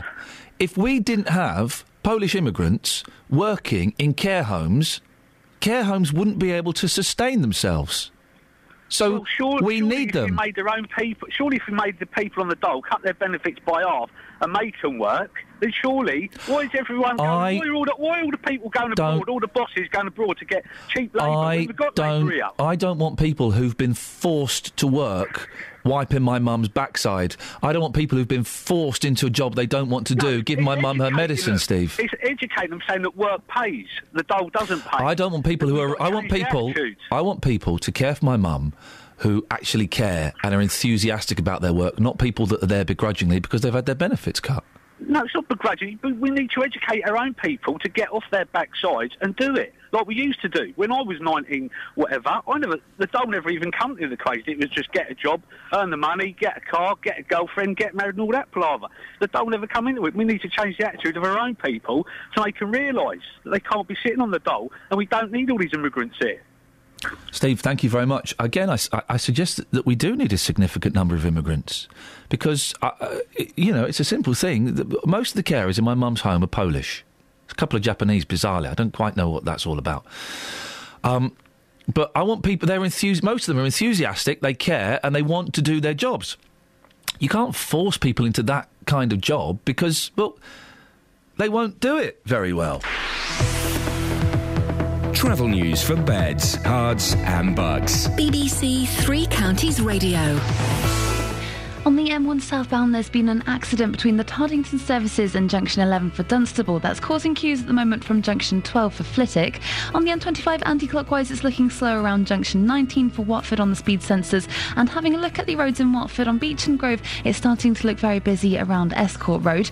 In Borehamwood, the A1 Barnet bypass is queuing southbound between the Stirling Corner and Mill Hill Circus.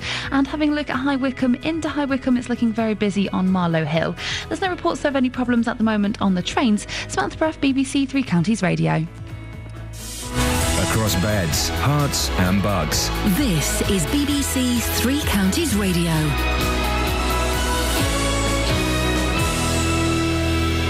It's 7:30. I'm Lee Agnew. The headlines. The UK Independence Party has its second elected MP at Westminster after winning the Rochester and Stroud by-election. The Liberal Democrats lost their deposit with just 349 votes. A woman from Stevenage who cared for her mother until she passed away is now fighting eviction from the council home where they lived. Stevenage Borough Council says Gemma Sheldrick doesn't have the right to stay there. And there's concern that casualty departments are struggling to cope with a growing number of patients. Over the past week, Bedford and Stoke Mandeville hospitals have closed their doors because no beds were available. The weather will be bright at first but turning cloudy with outbreaks of rain. Top temperatures around 10 degrees Celsius, that's 50 degrees Fahrenheit. Three Counties Sports. BBC Three Counties Radio. Stevenage are out of the FA Cup after losing 2-1 to Maidstone United in their first-round replay last night. Borough boss Graham Wesley admitted their non-league opponents were the better side. John Southall was watching. A famous night for Maidstone United. For the first time since they reformed in 1992, they're in the second round of the FA Cup. The hero, the plasterer, Franny Collin.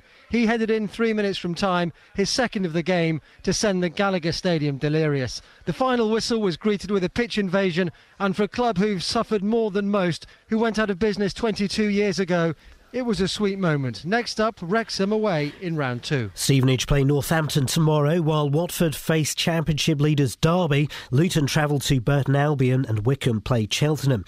It's the MK Dons against Port Vale, and Dons manager Carl Robinson says he's already told his strikers which of the next 5 games they'll be playing in. I spoke to them both yet on Tuesday. I said, is this better for you? And Ben went, it's great, because now I know I can work harder on this day, knowing I'm not starting on that day, but knowing I can prepare for this day. Means that I know I've got 25 minutes of a come on there, that I know what I've got to do, because I've watched, and Griggy said exactly the same. He said, I said to him, what would you prefer? And they went, no, this is the way we want to do it. So it's working. Lewis Hamilton says he doesn't feel under pressure ahead of the title-deciding Abu Dhabi Grand Prix this weekend. Hamilton leads Mercedes teammate Nico Rosberg by 17 points and needs to finish second if Rosberg wins to secure the title. Hamilton says his familiarity with the circuit could work in his favour. It's a great circuit. It's generally suited the car that I had when I was back in McLaren years ago, and it's definitely a track that's has suited my driver's style in the past, but every year is different, and I hope to take that positivity into this weekend. And practice begins at 9 o'clock this morning. BBC Three Counties News and Sport with more at 8 o'clock. Call 08459 455 555. BBC Three Counties Radio. Sorry, girls, did I interrupt a chat? Not a chat, no, some research. What Stringy research. Have you seen Actual Stringy? We saw Actual Stringy, Peter Stringfellow himself, the lord of the lap dance. Yes. I thought he was a stringer-like. Turned out he was the actual Stringy. He got turfed out of a restaurant that we had seats in. Yeah. Kiss my snooze, you lose. You snooze, you lose, Stringy. He probably had a lie-in after a late night. Yes, probably that. So your Peter Stringfellow stories, please. What other bits and pieces have we got, Catherine, Loads as you of wipe a texts. bogey off your face? It's not a bogey. I've just got a really itchy nose. I'm coming down with a cold, so... Oh, I don't, because I'm coming down with a cold again. Everyone in my house yesterday has got a sore throat and coughs and colds. And I had you know that thing, this is horrible, when you've got kids and you're kind of face to face and you're talking to them, and they just cough in your open mouth. It is the most... I was going, boys, please, I cannot afford to take another week off work with a lost voice. And you feel something hit the back of your throat. I love your boys. They'll be doing that up until they're 50. I'll send you the video of bath time later on, see if you still love them.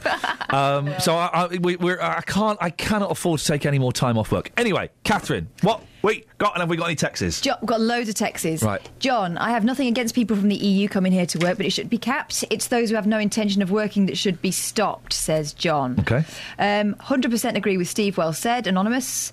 Steve, just for those who don't remember, Steve said we should basically send them all back. We don't need them over here. And I think I put up a pretty good defence of at least one industry where we do need foreign people.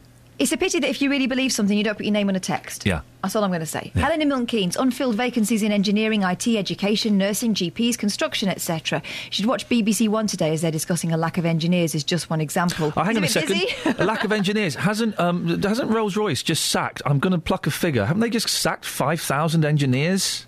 We can find out, but so we've got a lack of engineers, have we? Okay. Well, hang on. Helen goes on to say, a common or garden PPC for any political party would not know the details of any policy. I've questioned numerous PPCs in the past about policies regarding state pensions, NHS housing, etc., and not one of them have been able to do anything but waffle about broad stroke policies and never ever the details. Helen Milton Keynes. If I was going to be an MP, and who knows, guys, you might be lucky enough to be able to put your tick in my box. If I was an MP, do you know what? I would flipping study. Every spare second, I would study the policies. I would speak to the policymakers. I'd make myself a nuisance so I knew those bad boys inside out. One might conclude that some parties thought they were so safe they didn't have to do their homework. You might. Give us one more, then we'll move on. Phil said, worrying thing about UKIP not having defined policies is that a lot of the electorate do not care and will simply respond to newspaper headlines. It's a bit scary. OK, thank you very much. You can text. I prefer the phone calls because we can have a proper chat. And listen, this is not me kind of dissing you. I'm not dissing. I'm not telling you who I would have voted for. I'm not telling you any of that. The question is, does the vote, the election yesterday, the by-election yesterday, UKIP won, does that fill you with optimism, fear? How are you reacting? And one of the conversations that has sprung out of that is, well, that came from Pat, if I remember correctly, that people voting for UKIP because they think UKIP stands for one thing, but actually, we don't really know what UKIP stands for. I don't know. Maybe you do. 08459 455 555. Other things. Red alert levels have been reached at 2 A&E emergency hospitals in Beds, Herts and Bucks before the main winter peak period.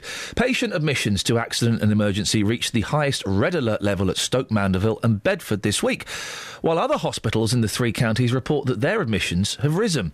We can speak now to Eileen Doyle, who's Bedford Hospital's Chief Operating Officer. Morning, Eileen. How is Bedford Hospital coping with the current situation? Well, Bedford Hospital is busy, and it's been busy all summer going into the winter. So, as my colleague said earlier, we would normally see a pattern of slightly less attendances and admission during the summer period before we ramp up into what is usually historically our busiest time. But first, I'd just like to say that even on red alert, we don't close our doors. So red alert means that we put extra sets of measures in to try and cope with the demand so that it doesn't escalate any further. But A&E is always open. Does that involve, because we've heard from some other stories not related to this over the week, of people waiting in ambulances outside. Would that happen at Bedford? It doesn't happen at Bedford. We struggle sometimes with the numbers of ambulances coming in, and we work very closely with the ambulance service. We've seen this year compared to last year almost an 8% increase in the number of patients coming in by ambulance, but we always do our best to make sure that they're certainly not outside, but that we take handover for the crews so that patients are in a comfortable place. On a basic level, I've never understood this, Eileen. You have a finite number of beds in a hospital. If you get a massive rush of people who need beds, how do you... I've never been able to work out how one would cope with that. Well, we have always got winter escalation beds, and I think most hospitals around the country would always plan for winter. Ours are already open, right. So it is a struggle matching the numbers of patients coming in to the numbers going out in a day, and sometimes we have to flex into beds that we wouldn't normally use. So, for example, some of our surgical bed capacity, we try not to do that because it's important that patients get their operations as well, because that's an important feature. But when we go into red alert, which is not unusual, I have to say, most places would tip into that. And it's a dynamic thing, so it can go to red and then back down to amber and then back up to red. But what we do when we're under pressure is we talk and we work very closely with our community partners, our social services colleagues and our clinical commissioning groups, because hospital isn't the only answer for some patients. So there are lots of community services, and we try and encourage people to visit their GP, visit their local pharmacist, call NHS 11 and ask for advice rather than thinking, coming straight to A&E. So we ask people to think, is A&E for me? And that way we manage it. And most hospitals around the country, actually, this is a daily thing. You're quite right to say, well, how do we actually balance it? But one way or another, we do get through. And quite often that does mean opening extra beds, but we try and plan for that. Do you still get people turning up at A&E who really should just go to a GP or a walk-in centre? Because that must be quite frustrating for the staff. I think we do get an element of those patients, but of course they perceive their need to in a different way. And so we try and encourage and make sure that people know that there are alternatives. But we are a 24/7 service. We're always open. And there's an inevitability about patients coming to A&E, especially if they perceive that they won't be able to get a GP appointment or there's not another alternative. So it's really working together with what's out in the community and with our local GPs to make sure that we can offer all sorts of services, not just hospital. Eileen, I appreciate your time this morning. Thank you. Eileen Doyle, Bedford Hospital's Chief Operating Officer. It's interesting they use surgical beds, isn't it? One of my Greek cousins, who's a doctor, is listening now. Morning, Dimitri. And I've never got my head around. You talk about immigration. You talk about EU immigration. I've just had a WhatsApp from Greek Dimitri, who's a doctor in this country. He's a flipping good doctor as well. In Greece, they have so many doctors, they didn't know what to do. Whereas if you go to Los Angeles, you get served. You're always getting served by an actor, or you're getting your car cleaned by an actor. In Greece, you're getting served by doctors. They have too many doctors. The same was going for Spain a while ago. That's why we end up with a lot of the nurses over here. Isn't it funny? Dimitri's, we should be grateful we've got people like that who can't get work in their country and come over here because he's a flipping good doctor. But I've always wondered, you've got a hospital, you've got, let's say, 500 beds, that's it. What if you've got 600 patients? How do you juggle it? It's crazy, isn't it? I just realised what I said made no sense. We've got a lot of Spanish nurses over here because they have a lot of doctors and nurses, I believe. Right. Just for anyone who's a pendant. Let's go to John in Milton Keynes on UKIP. Morning, John. Morning, Ian. Are you happy that UKIP won yesterday? Yeah, I am actually. Yeah, I think they've got a very on the radio this morning, and the guy wasn't particularly clear, but I understand what they're trying to do, and I agree with it. I agree with the point system entirely. How does it work, though? Well, I mean, to be honest with you, Ian, to come up with a list on the radio on the fly was a bit difficult for him to do because it is an extensive list. It's a huge list which probably needs to be formulated. He wants to be your MP, and it turns out it's not an extensive list because he couldn't think of any. It's interesting, John. You said he didn't really make it clear what he was talking about, but you agree with him. Well, it didn't make it clear as far as the list that because it is an extensive list, and I mean, as far as because I worked over in New Zealand and they got a point system, right? What is? You keep saying it's an extensive list. He couldn't name one thing on the list. Right, OK, well, I mean, when I went to New Zealand, their list includes, like, architects, builders, plumbers, electricians, and all the trade stuff. Well, all the builders will be kicking off saying we've got too many poles over here doing the building. Yeah, all the trade stuff over there. But as far as, I mean, there is always going to be, like, a shortage in certain fields, isn't there? For example? I mean, that's what they're really getting at, isn't it? But for example, what? I don't know what those fields are. Well, I don't know either. I don't know either. What I'm saying is, Ian, there is a list, no matter who knows what it is or not, there is going to be a list of skill shortages, no matter how we look at it, yeah? I don't know how long Australia has had the point system, but I'm reading an article from December of last year, and it says the number of migrants has increased by 28% in Australia in the last year. They're getting, since they introduced the points-based system, they're getting more foreigners going in. So if we carry that over here, UKIP is promoting a policy that could potentially get more foreigners in. You'd be happy with that?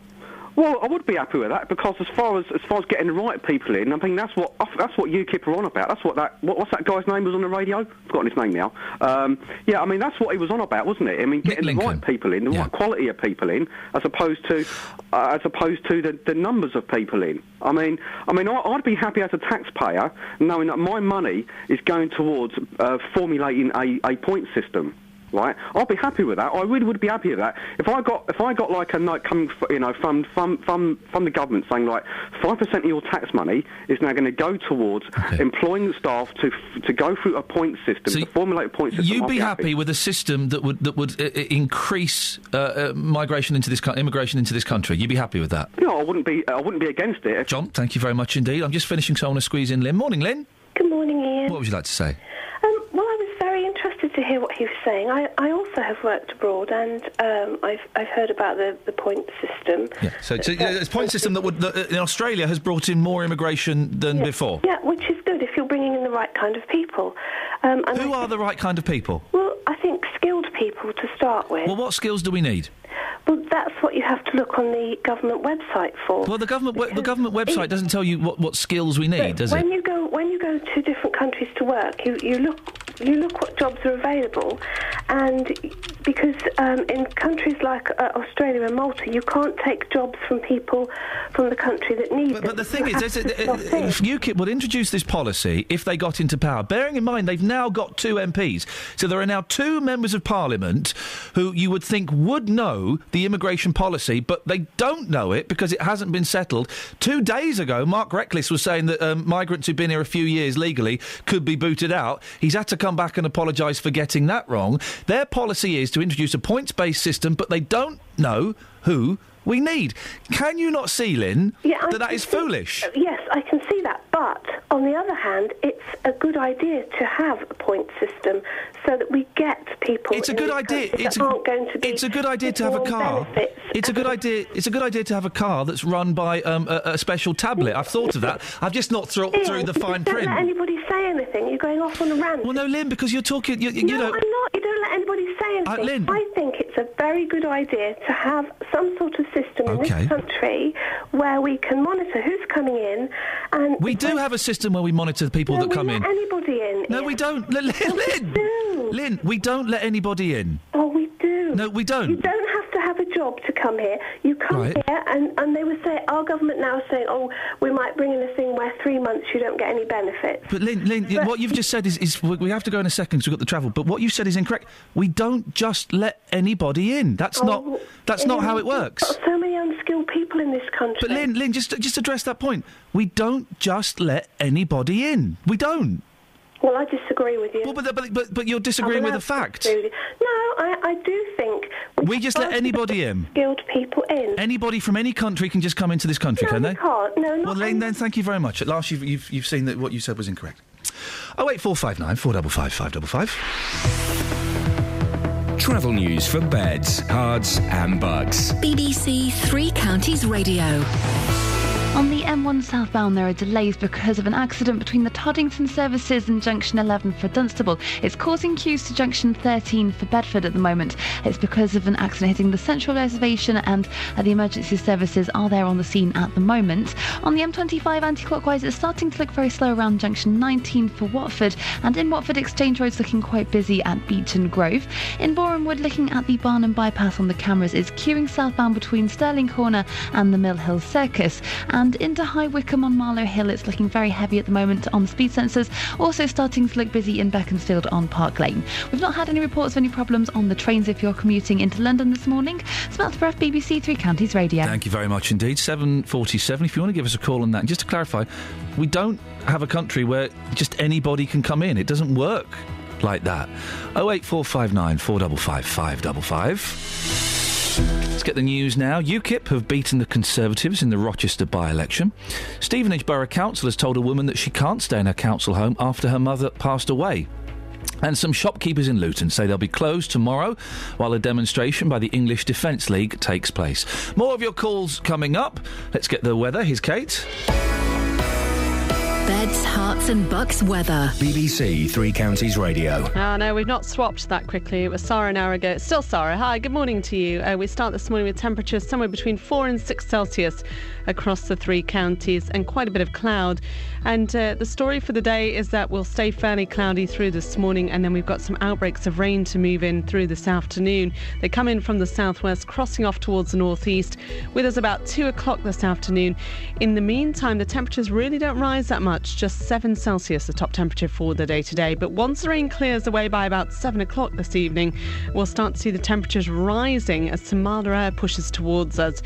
For tomorrow, we're looking at a mild day, but outbreaks of rain right the way through the day tomorrow and into Sunday. Top temperature through the weekend, 12 or 13 Celsius. And we continue with this outbreaks of rain on Monday morning too. It will be cooler though behind, with some brightness eventually developing and a top temperature of 8 Celsius. But for the weekend, outbreaks of rain right the way through both days. Thank you very much. BBC Three Counties Radio's big tour of beds, hearts and bucks. Quite a quaint, pretty little town, really. I think it's a little hidden away jewel in the Chilterns, to be honest. All this week, we're celebrating Chesham. I've lived here nearly 83 years, in the same house. Everybody that lives here absolutely loves the place. And full of characters. Telling everyone about where you live. It's small enough to be friendly, but it's big enough to have quite a few things. Quite an interesting place, really. Quite enjoy living here. Chesham! The big tour of beds, hearts and bucks from BBC Three Counties Radio. Across beds, hearts and bucks. This is Iain Lee. BBC Three Counties Radio. Sorry, I thought you... Joe Godwin's not happy. Oh dear. Well, he's not the only one, or she. He. Well, there's a picture of a man or a woman. It's an he, so it's an he. I'm sat in the backlash of a crash on the M1, and you're talking trash. He doesn't say that. And you're talking politics on a Friday morning. Annoy Catherine and cheer me up. Go on then. Your moustache is looking good this morning. Oh, you devil. Your hair makes you look like Elliot from the film E.T. Yeah. Oh. Remember when she sneezed? I don't remember that. Hang on. In October, I'm going to sneeze.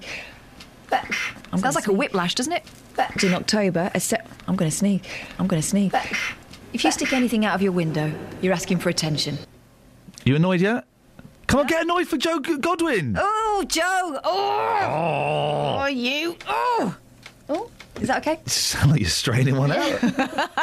Jamie's... How do you know what that sounds like? Jamie's in Dunstable. Morning, Jamie.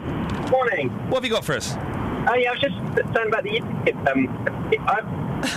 I understand about him prepared... Jamie, we're going to have to... We'll try and get you back, because I want to hear what you're saying, but it's an awful line. Yeah, you're doing a Norman Collier, and we can't hear a single word that you're saying. And I want to hear what you're saying, so we'll try and get you back a little bit later on, maybe when you've pulled off the road. Jamie. That was a shame, wasn't it? 08459 455 555. Yeah, go on, let's have some texts. Here's Andrew having a moan. Why? Why? Double why. Why? You continually smother people when they try to make a point. For God's sake, what are you frightened of? Saying or agreeing the wrong thing? No, I'm just... correct?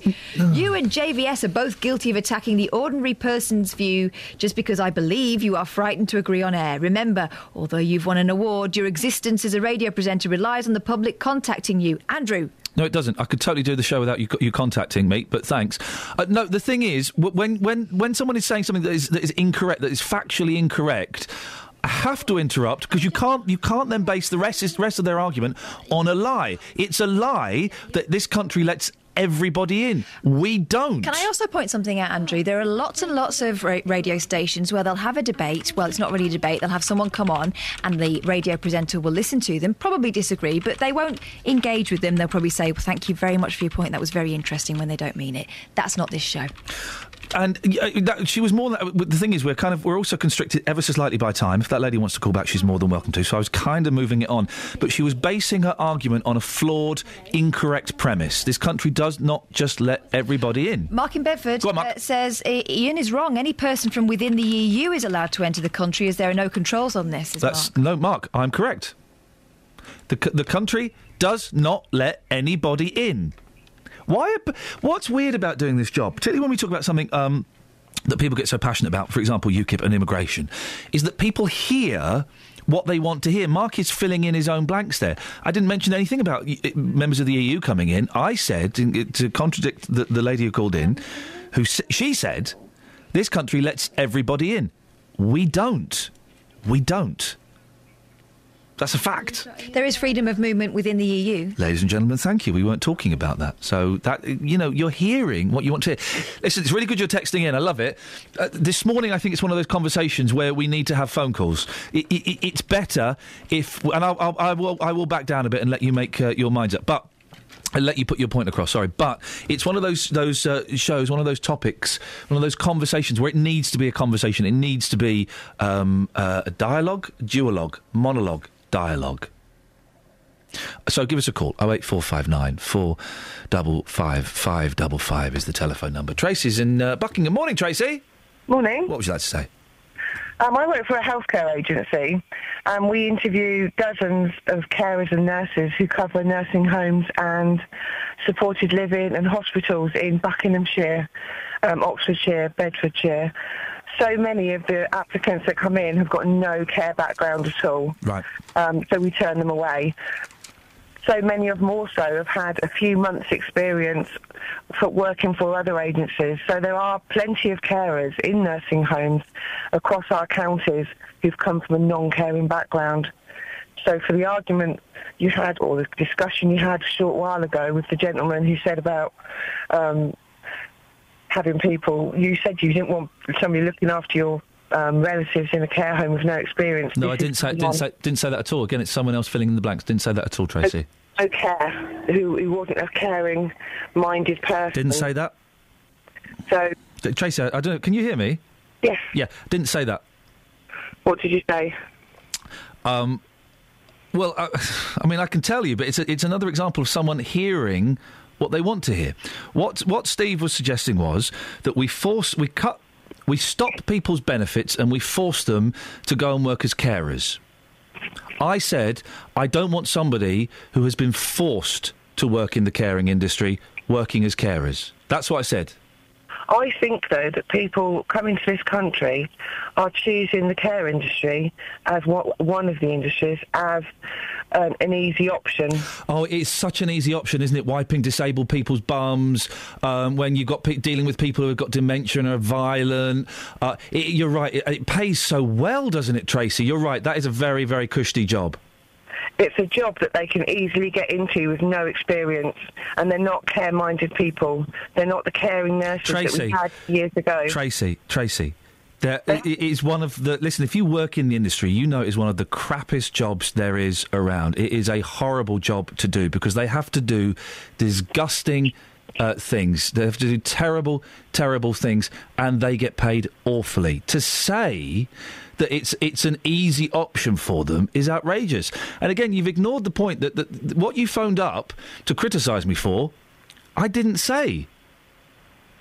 I was making the point that there's plenty of people working in care homes who have... You were making the point that I'd said I didn't want people with no experience working in care homes, when that's not what I said at all. I said I don't want people who've been forced to work in care homes to work in care homes. And you'd agree with me that makes sense, doesn't it? It does. Thank you very much, Tracy. 08459 455 555. Tony's in Harlow. Morning, Tony. Hello, Ian. What have you got for us? Just the same subject, really. The thing that gets me is if people are in countries where there's no work and or they feel threatened in their own country, why do they come through so many EU countries to get to England?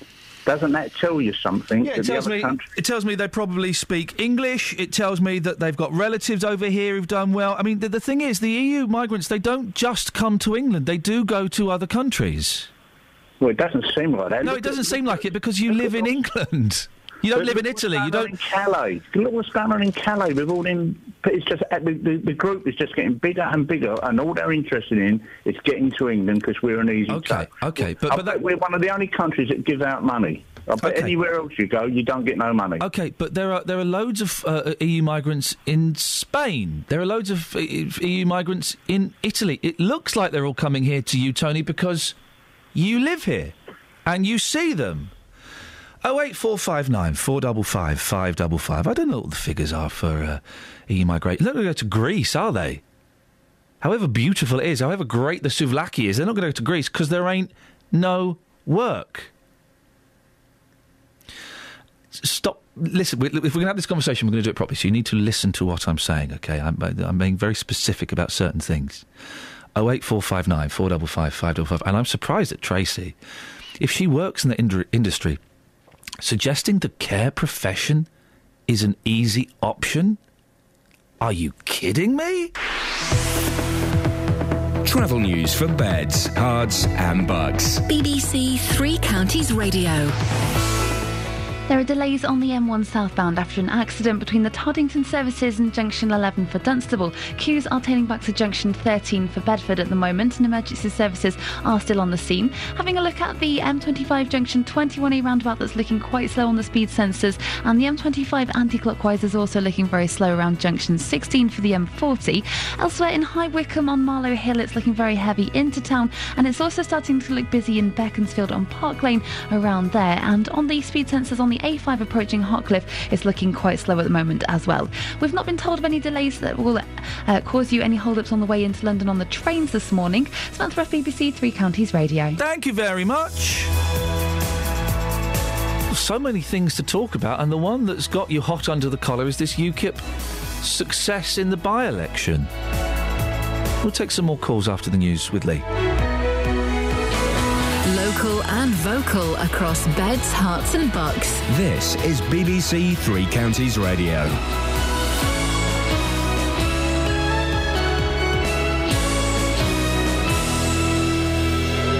It's 8 o'clock, I'm Lee Agnew. The headlines: UKIP wins the Rochester by-election, a Hertfordshire woman fights eviction from her family council home, and Luton shops to close while the EDL stages a protest. BBC Three Counties Radio. The UK Independence Party has its second elected MP after winning the Rochester and Strood by-election.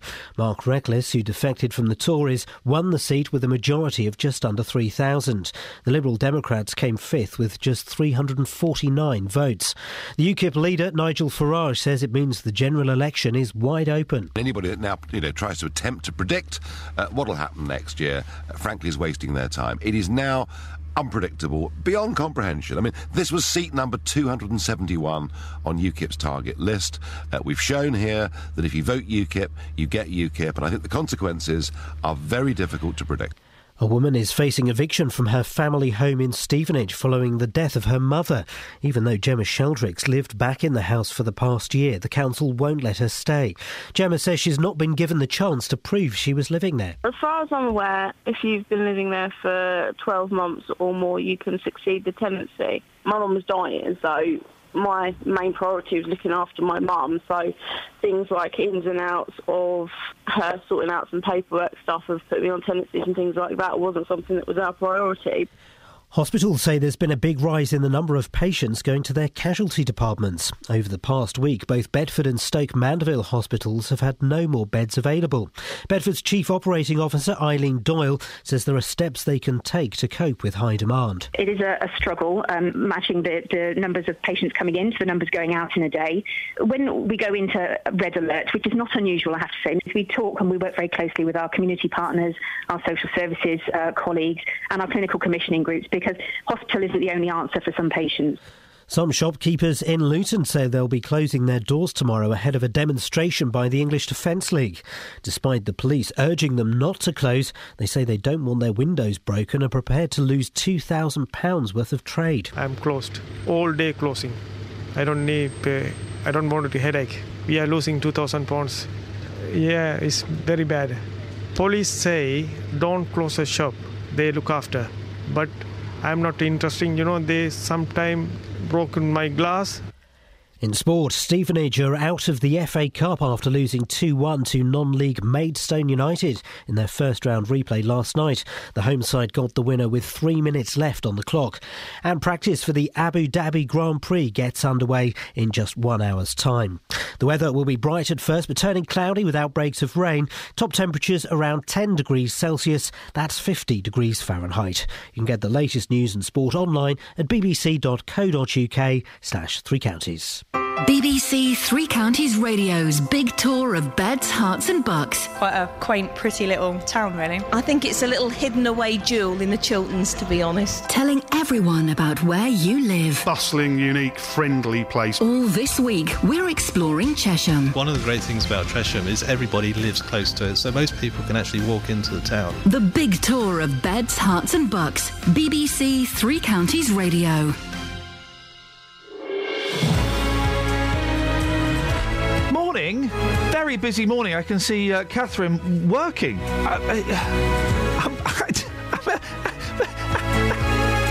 She's doing one job. I think that sign means. Busy show this morning. It's one of those shows. I'll be honest with you. It's not been the greatest week in terms of news, in terms of way we've handled some of the news, in terms of me. And then today we've got like a week's worth of news and phone-in ideas in one show. Let's have a little recap.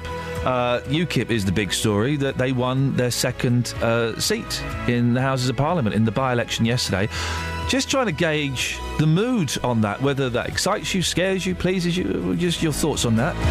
We've ended up talking about UKIP's policies.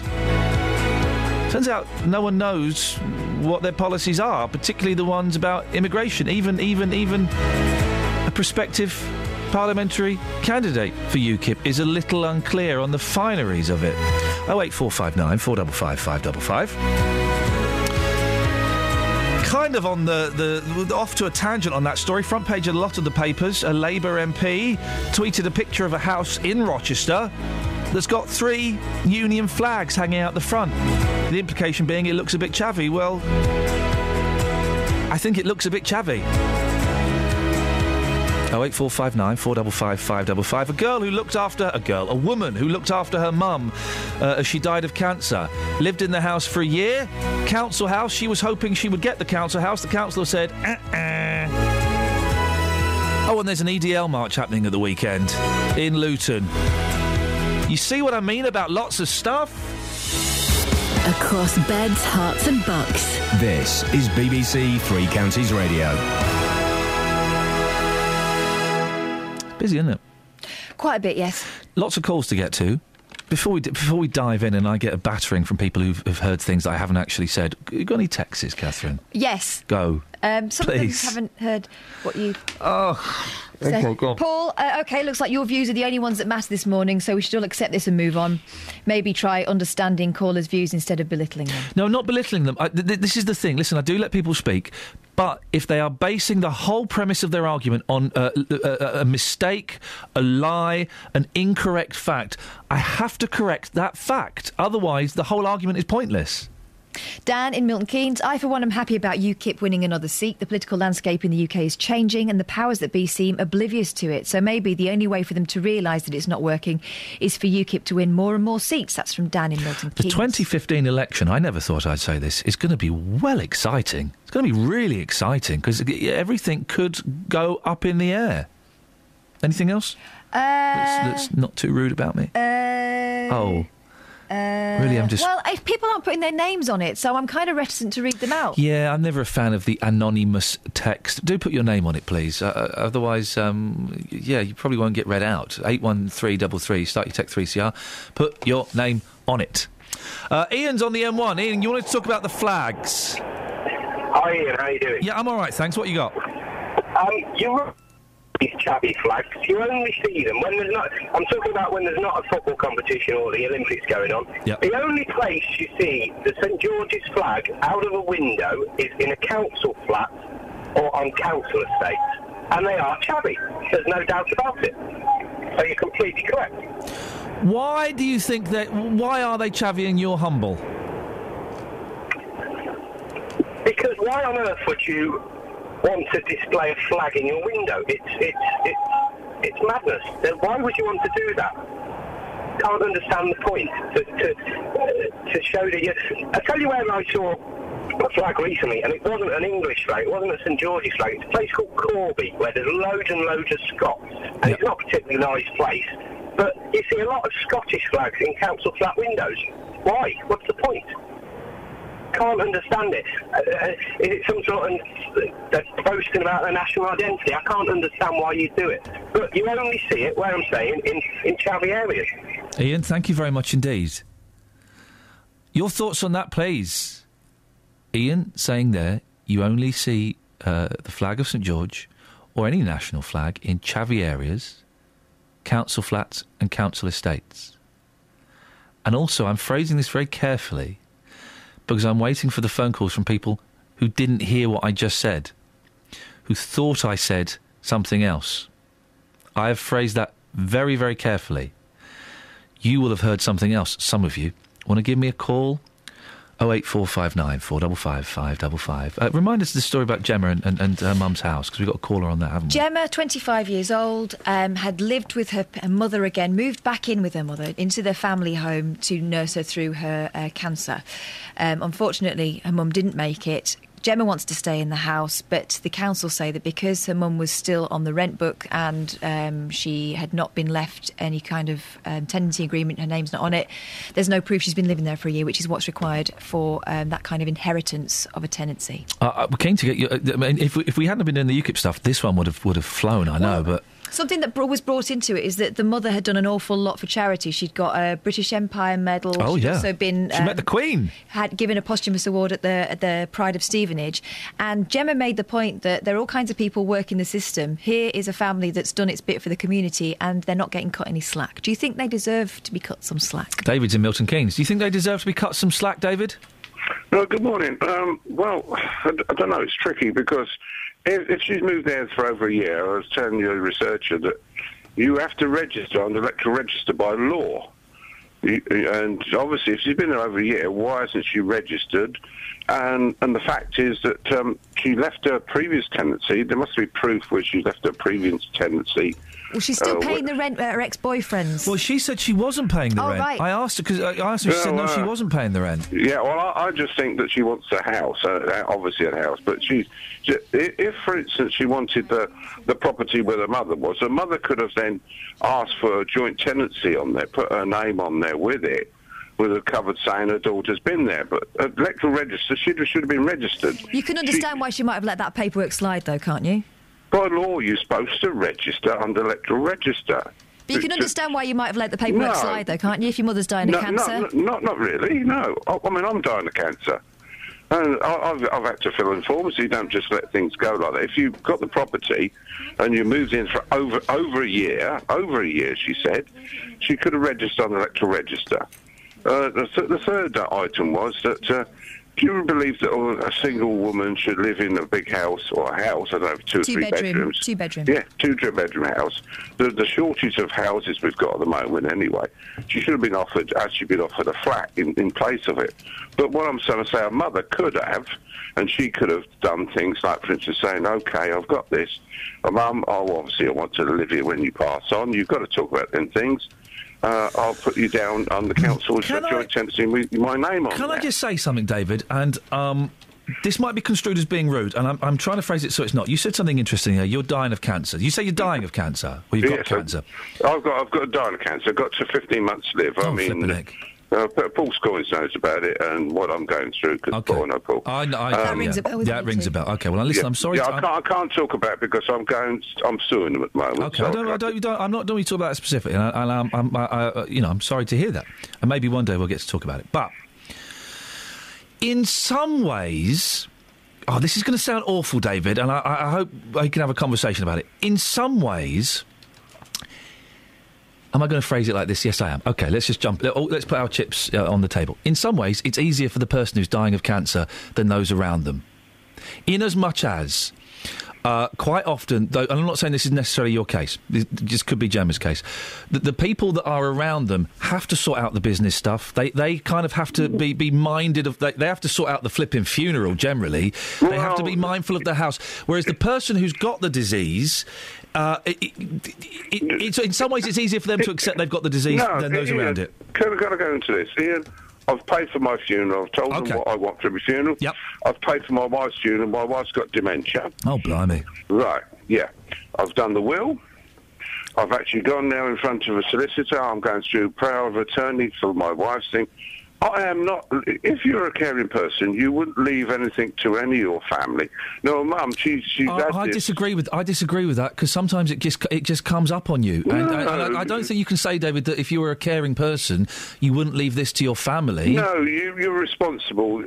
I mean, I don't think everybody is. I don't think that, and I don't think that means that they care less. I think it's poor excuse. She could have registered. The forms come in to say who's just ignore that. She said that she's got a bank account transferred to her house, hasn't she? Okay, but I just wondered if you wanted to pick up on that specific point that sometimes it is harder for the people around the person who's got the disease. Of course it is, but all people are individual. People accept things in a different way, and I'm a caring person, well-educated person, and I believe that obviously I wouldn't leave my family with stuff like that, and I've gone through bits and pieces, talked to my family. Okay, but some people don't. Some people aren't as well prepared for the inevitable as you are. But go back to what I said, Ian, to do with the electoral register. Okay, we'll ignore that point again. Go on, yeah. No, let's go back to the electoral register. Why? I said she registered electoral register. It would have confirmed the fact that she'd lived there for over 12 months. Because, well, David, listen, I'm going to move on because I want to speak to JP very quickly, but you seem to be, maybe I wasn't making the point clear, that sometimes it is easier for the person that is dying than those around them, I think. That thought has kind of just come to me. I know it's easier sometimes for people who have diseases, easier than it is for their carers. I don't know. 08459 455 555. JP, can we come to you in a couple of minutes?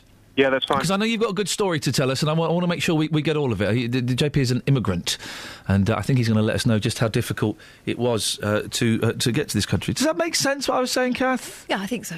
Or is that completely heartless? No, it's not heartless. There might be someone out there who has more insight than us, but I think it's a fair guess, isn't it? 08459 455 555. Travel news for beds, cards and bugs. BBC Three Counties Radio. On the M1 southbound, there's still a lane closed between the Toddington services and Junction 11 for Dunstable, as causing queues from Junction 13 for Bedford at the moment. Emergency services are still on the scene there, causing some delays as you're travelling southbound on the M1. Having a look at the M25 anti-clockwise, and it's easing off now around Junction 19 for Watford. And also having a look around Watford, though, it's looking quite slow out of Watford on Stevenson Way at the M1 Junction 5. Elsewhere, it's looking quite slow in Hitchin on the A505, and the A41 is looking busy just past Berkhamsted. There's no reports of any problems, though, on the trains. Samantha Bruff, BBC Three Counties Radio. Thank you very much.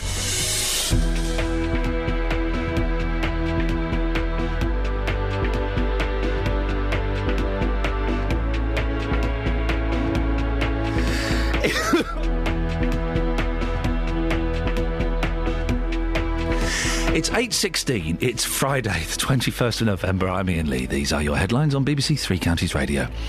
UKIP have a second MP after winning the Rochester by-election. Stevenage Borough Council has told a woman that she can't stay in her council home after her mother passed away. And some shops in Luton will be closed tomorrow while the English Defence League hold a protest. BBC Three Counties Radio.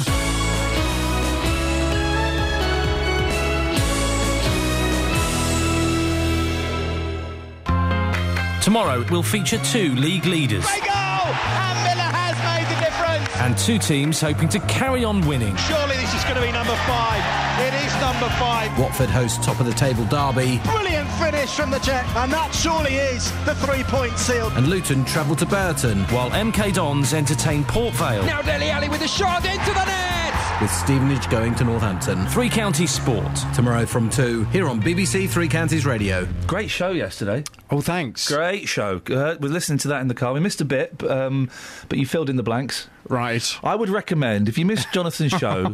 Don't do this. BBC iPlayer, about, 11:40... well, it depends which bit you're trying to direct people towards. Exactly which bit I'm...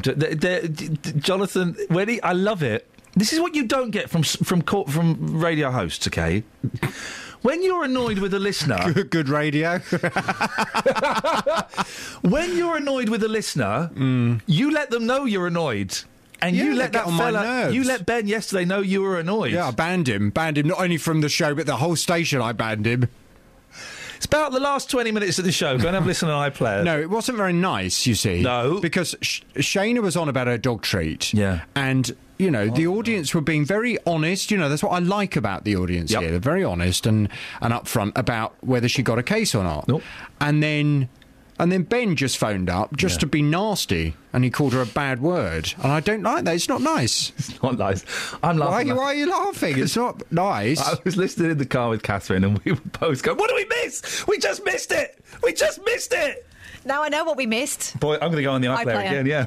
Thank you. But you handled it brilliantly, is the point I'm trying to make. Oh, thanks very much. You handled it brilliantly. I thought it was horrible. Yeah. Unpleasant. Yeah. What's in your show today? On my big phone in this morning from 9, we'll... by the way, after 10, we'll be talking about the flags as well. I love that story we've been discussing this morning. Yep. Common as muck. She should never have resigned. What's she resigned for, silly woman? I don't understand what she's resigned for. Purely tweeting a picture to show just how hideous some people with no taste make their house look. She wasn't saying that. She was just saying this is Rochester where the UKIP might win. She wasn't... Oh, yes, I forgot. I'm a guest on your show. Yes. And this is... You failed to control me. No, I get the Ofcom and another BBC complaint. Thanks for that, Jonathan. Anyway, at 9, we'll talk UKIP, of course. And I'll be asking, why do you think people voted for UKIP? Last night, UKIP won their second seat in Parliament as former Conservative Mark Reckless was voted in as MP for Rochester and Strood. Mr Reckless received 16,867 votes. That's 2,920 more than the Conservative candidate, Kelly Tolhurst. More than double the votes won by Labour and the Greens, and the Lib Dems... 349, was it? They lost their deposit. Isn't that incredible? The Greens got like 4,000 something. They did. Well, they're on the rise, aren't they, the Greens? Yep. In his acceptance speech, the new MP for Rochester and Strood told the council... told the crowd, rather, if UKIP could win there, then they could win right across the country. Well, there definitely is something afoot now, isn't there? I mean, this is more than just a little bit of freaky voting. There's something very much going on here. But why do you think people voted for UKIP? From 9 this morning, we'll debate it. I'd like your reaction on 08459 455 555. This is Iain Lee on BBC Three Counties Radio. OK, so we're talking about UKIP, we've been talking about immigration, and JP is an immigrant. Morning, JP. Morning, Ian. Where are you from, and what's your story? So I'm from New Zealand originally. I just want to clear up a couple of points. Go on. Well, like you said, we don't just let anyone in, we being the UK. The problem the government's got at the moment is that they've, been promising to cut numbers down to, tens of thousands. It's still in the hundreds of thousands. The problem they've got, obviously, is that EU migrants are an open door. So, obviously, they can't cut those numbers. So what they're having to do, obviously, is make it tougher for people outside of the EU. And at the moment, there is a system in place. It's not a points-based system. But it's similar. There's certain hoops, certain criteria you have to tick, I guess, to be allowed in. Of course, there's different routes. There's family routes. There is highly skilled type routes, which is kind of what they've been talking about with the UKIP points system. So, I mean, it's not just an open tap coming in, but it is very, should we say, difficult for people outside of the EU. Well, there was a caller whose name escapes me. She said that she based her whole argument on the fact that Britain lets anybody in, and that's simply not true. My brother-in-law is a Kiwi, and it was difficult. It was difficult for him to get citizenship here. Yeah, exactly. And I'm in the exact same position. I've been here almost 6 years now through various visas. I now have an English wife. But since I married her, it's still, from that date, five years until I can get citizenship, and I have to reapply for a visa at 2.5-year intervals between that. Prove I still have a job, prove I can still support myself, things like that. So, I mean, it's not as cut and dry as people say. So there's that sort of side of the argument. There's also the enforcement side of the argument, which I believe, compared to somewhere like New Zealand or Australia, is lacking here in the UK. People can simply arrive under false pretenses and disappear. I mean, and they say they monitor these people, but that's kind of not true. You know, if people are picked up, you know, all they have to do, well, not all they have to do, but, you know, oh, I don't have a passport, okay, come in with it tomorrow to the police station, check in, and of course that doesn't happen and people disappear into the system. JP, listen, I've got to move on. Thank you very much for sharing that. I love the Kiwi accent. It's much better than the Australian accent. Of course it is, more refined. Fush and chops. Fush chops. Chicken chops. Fush and chops is the Kiwi. Never going to go there, that's too far away. I'd like to go. Nah, I'd like to go, I'm not going. How long does it take, 2 days? Yeah, something like that. And then you end up there a week behind. Busy, I'm a bit busy. 08459 4 I wasn't inviting you to go with me. I'm not going. So No, I'm too busy to give up 2 days, that's all. Bye-bye. Tomorrow there will be 2 protests taking place in Luton. The English Defence League will assemble and march to the Park Street area of town, and a static counter-demo will be staged in Francis Street by We Are Luton, the Muslim Defence League and Unite Against Fascism. Justin Dealey, you've been speaking to shopkeepers about tomorrow's route. What have they been saying? Well, they're not happy. The protest itself, the EDL protest, that's going to be going along Park Street, a number of pubs and shops there. This shopkeeper, he told me he's going to be closed for the entire day and he will lose a lot of money. Take a listen to this. Robert, you run the newsagent here along Park Street. Are you going to be open on Saturday? No, I'm closed. All day closing. I don't want a headache. How much money do you normally make on the average Saturday? £2,000 every Saturday. We are losing £2,000. Yeah, it's very bad. Police say don't close a shop, they look after, but I'm not interested. You know, sometimes they throw the bottles or something, broken my glass. Police are not pay the money. So he's not happy. Who else have you spoken to? Also been talking to Vikas Moyden. He's from the Luton Hackney Carriage Owners Association. The taxi rank on Park Street, that's going to be closed all day tomorrow, so people can't come to work in the day, and the drivers, when it reopens in the evening, they're fearful of coming to work. Here's what happened when we spoke yesterday. They're not going to come to work based on the risk of their vehicles getting damaged in this whole protest. The pubs are going to be closed, I believe, until 7 o'clock. Yeah. Once it hits 7 o'clock and the police start moving people on, will you then come back to work, or are you still fearful that there could be protesters in the town and there could still be trouble? There's still going to be trouble. It's going to carry on all night. So basically, them pubs are going to be in danger of getting smashed up, and they're not going to go back. How are people going to get home from Luton on Saturday evening? I mean, the council need to think about that. They've given us, well, they said we're going to be working, but who's going to risk their cab getting smashed? You're speaking on their behalf. How many people do you know that are going to come to work on Saturday evening, roughly? Anybody at all? There might be a few coming for their livelihood. They're going to take the risk. Can you try and put a percentage? Roughly, how many of these drivers do you think will turn up for work on Saturday evening? We're about 10%, or even less than that. Well, listening to that is Chief Inspector Mark Upex from Beds Police. Doesn't sound great, does it, Mark? Loads of workers not going to turn up. I don't think that's necessarily going to be the case. So he got it wrong, that fella there? We've done our engagement. We've spoken with the communities. Let me put in perspective what's actually happening. Firstly, the EDL and the UAF, they have a right to demonstrate. We can't stop them, so you can't blame the police and say they shouldn't be here. People have a democratic right to demonstrate and express their political views. No one's blamed the police. We're here to keep the peace. On the day itself, I believe there will be some disruption, minor disruption. I'm very confident Luton will be a very place safe to come and work and shop.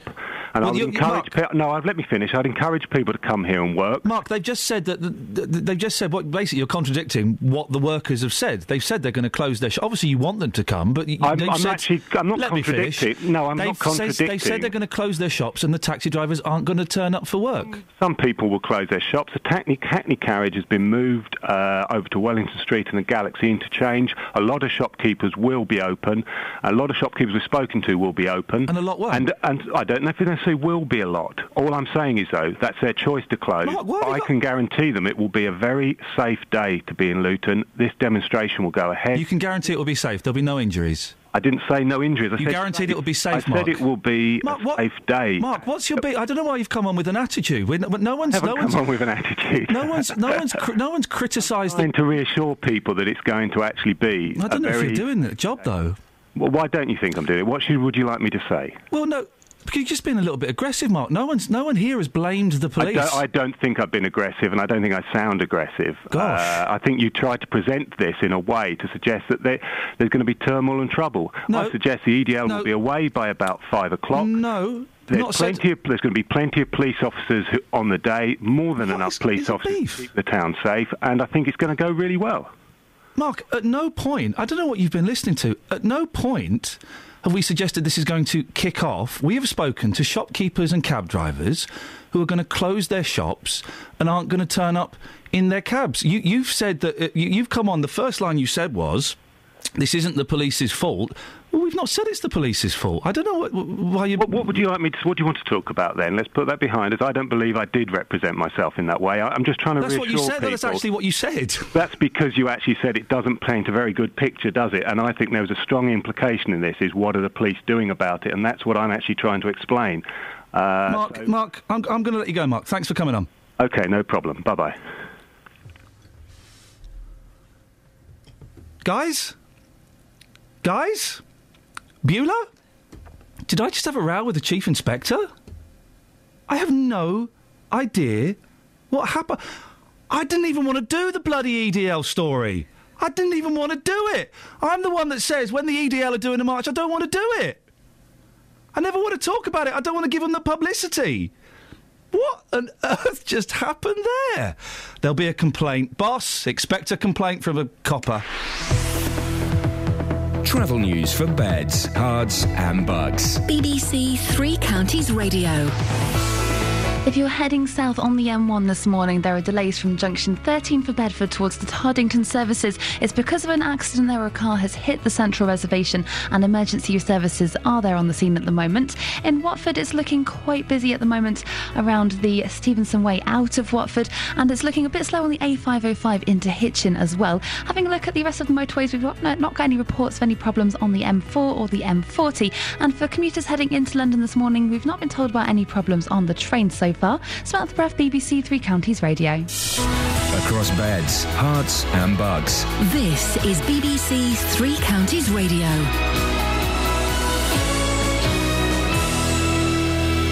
It's 8:30. I'm Lee Agnew. The headlines. The UK Independence Party has its second elected MP at Westminster after winning the Rochester and Stroud by-election.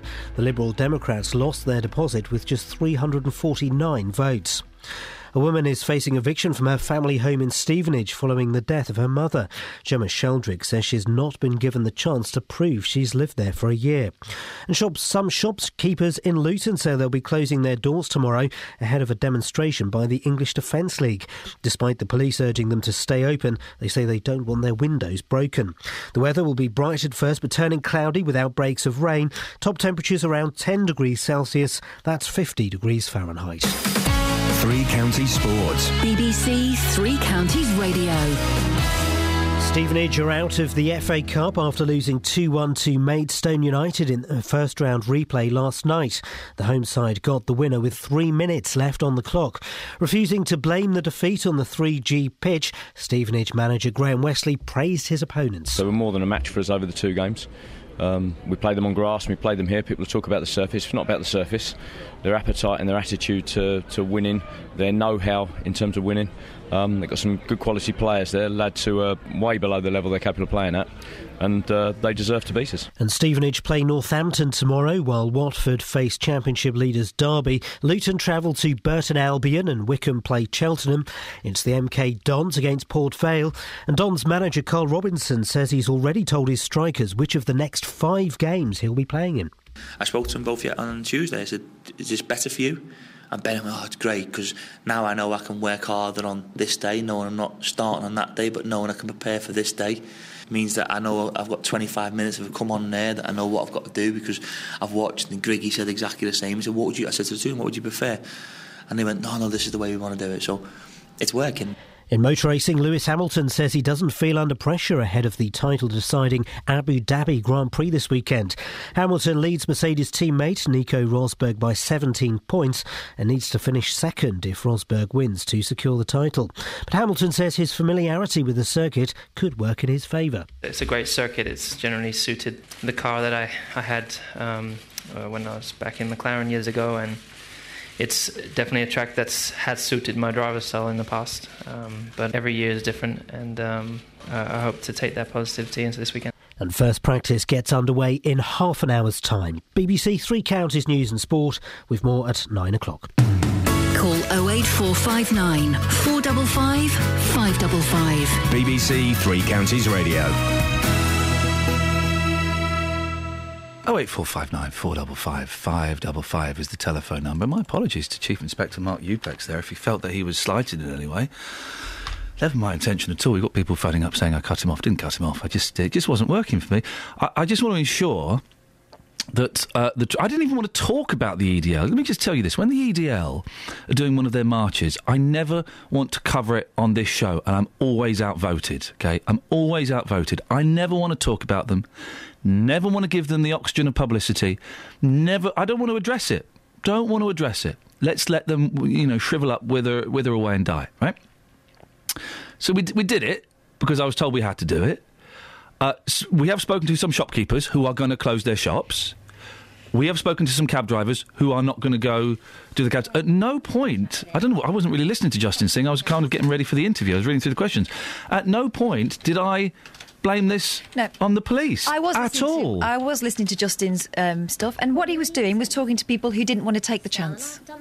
That's all we were saying. At no point have we said, it's the police's fault. Well, no, of course it's not. We live in a fantastic democracy where I think it's great that the EDL can march. I genuinely do. I think it's brilliant that they can march because it shows that anyone can march.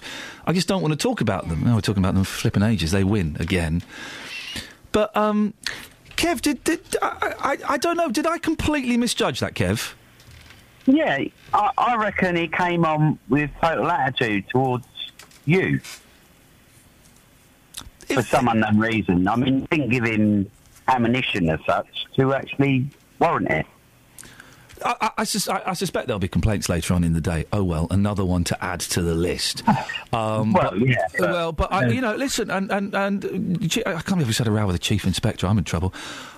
Mark does a great job. The police here, I think, for the most part, apart from, one or two things that are being investigated, I think they do a great job. I think it's great that the police are going to be policing this weekend. I think it's a waste. I think it's a waste of money. I think it's a waste of resources. But they're doing their job. So...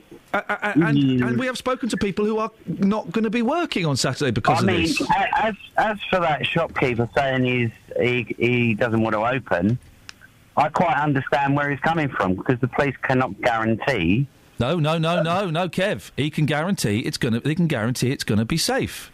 Well, apparently. I guarantee you'll hear it differently Monday. Well, Kev, thank you. I don't know. I hope we don't. They guarantee that can be safe. Will there be any injuries? Oh, I can't guarantee that. That's what safe means. Oh, he sighs heavily, knowing he'll be called into the boss's office to explain his actions and be told he's gone too far and he'll defend himself and his defence will be ignored. Paul's in Luton. Morning, Paul. Morning, mate. What you got? Sorry, I never catch your name because you're so smart. Yeah, exactly. I never give it out. Do you know what, mate? I think you are unbelievable. Why is that? Because I listen every morning, right? Yeah. Now, this morning, I'll explain to you my situation. I'm like you. I'm very opinionated.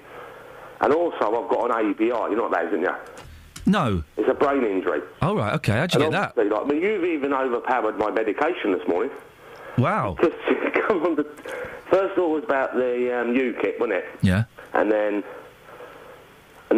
suddenly you got stitched up with the EDL thing. But I'll tell you what you do is so clever. I reckon you've studied something in the past, mate. Yeah, because I've studied video games. Does that count? Well, I reckon you've studied mental health disorders or mind. You've pulled so many people out the woodwork this morning. I should think hard beds and bucks will be at riot by dinner time.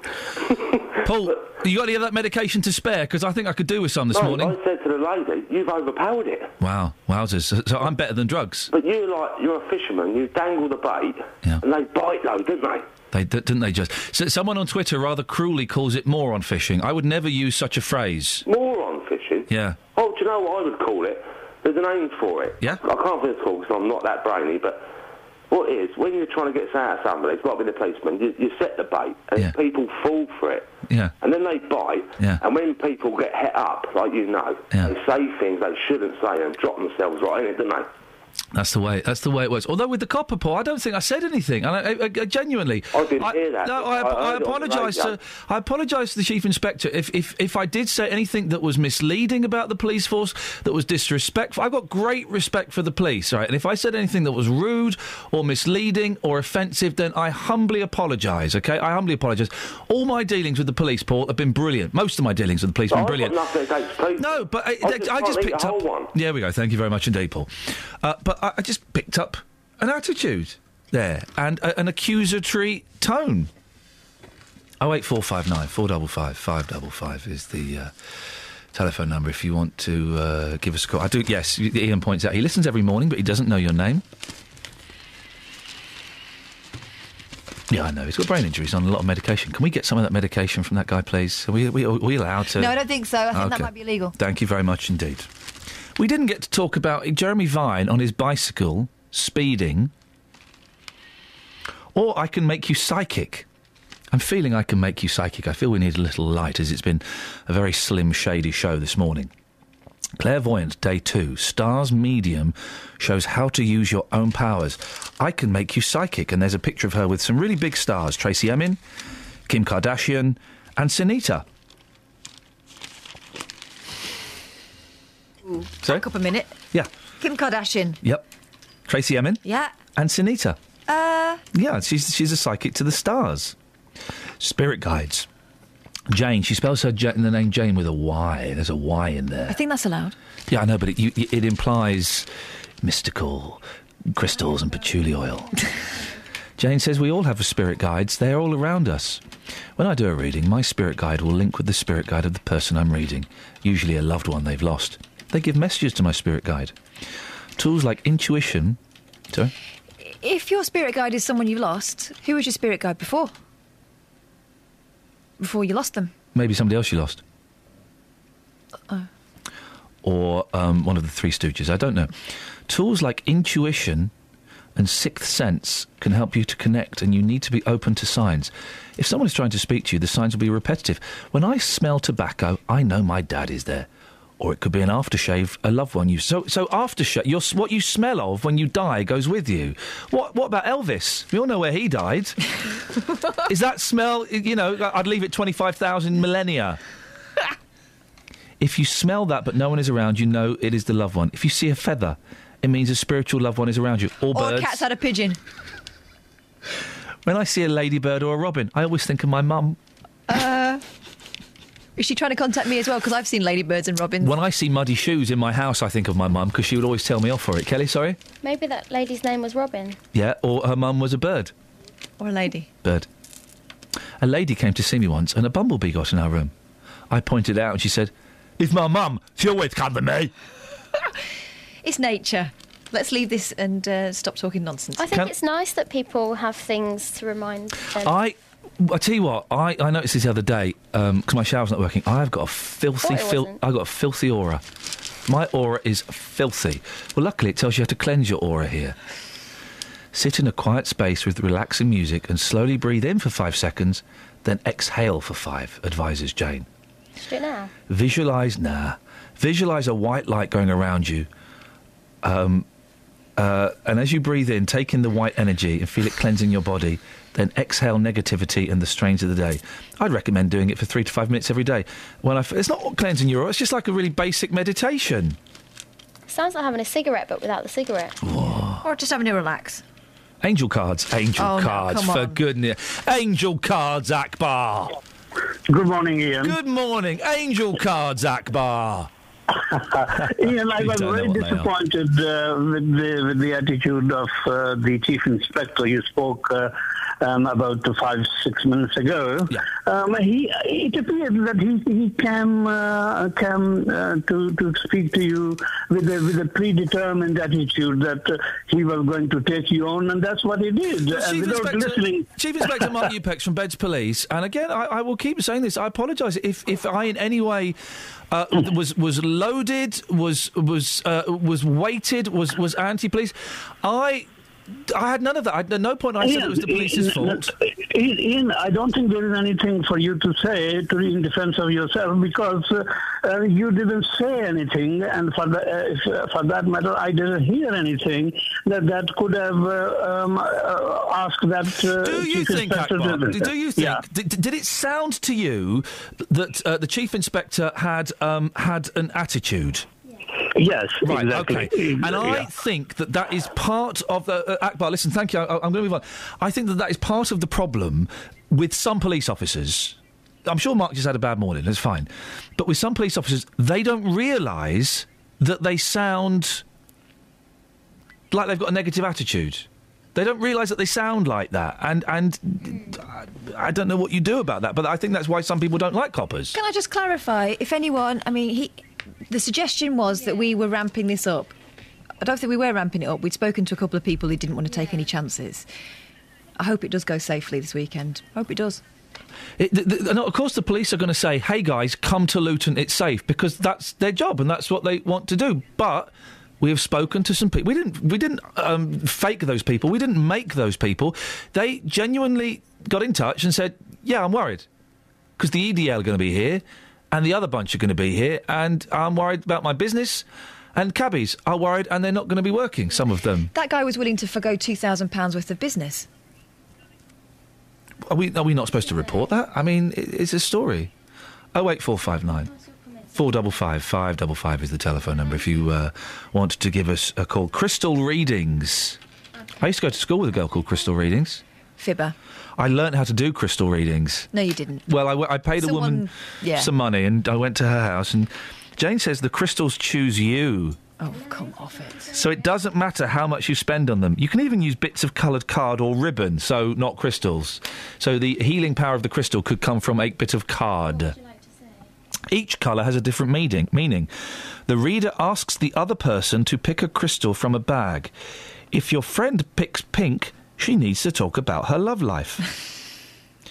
Keywords for each colour: clear, spiritual; purple, intuition; yellow, gut; brown. I think we know. I think we know what that stands for. 08459 455 555 is the telephone number if you want to give us a call. More of your calls after this. Travel news for beds, cards and bugs. BBC Three Counties Radio. The M1 southbound is queuing from junction 13 for Bedford towards the Toddington services because of the accident there where the car has hit the central reservation, and the emergency services are still there on the scene at the moment looking at the cameras. Checking the A1M, and things are moving very well in both directions at the moment, and the M25 is moving well for this rush hour period as well, although it's looking quite busy on the North Orbital Road where it meets the M25 junction 21A roundabout. In Watford, Exchange Road is looking very heavy around Upton Road and Beach and Grove as well on the speed sensors, and into High Wycombe it's looking quite heavy still on Marlow Hill through the roadworks that are in place around there at the moment. There's no reports of any problems on the public transport this morning or on the trains. Samantha Bruff, BBC Three Counties Radio. Thank you very much. 8:46. It's Friday the 21st November. I'm Iain Lee. These are your headlines on BBC Three Counties Radio. UKIP have another elected MP after winning the Rochester by-election. Bedfordshire Police say Luton Town Centre will be safe tomorrow despite protests by the EDL and Unite Against Fascism. And Stevenage Borough Council has told a woman that she can't stay in her council home after her mother passed away. Coming up, more of your phone calls. Let's get the weather. Here's Sarah. Beds, Herts and Bucks weather. BBC Three Counties Radio.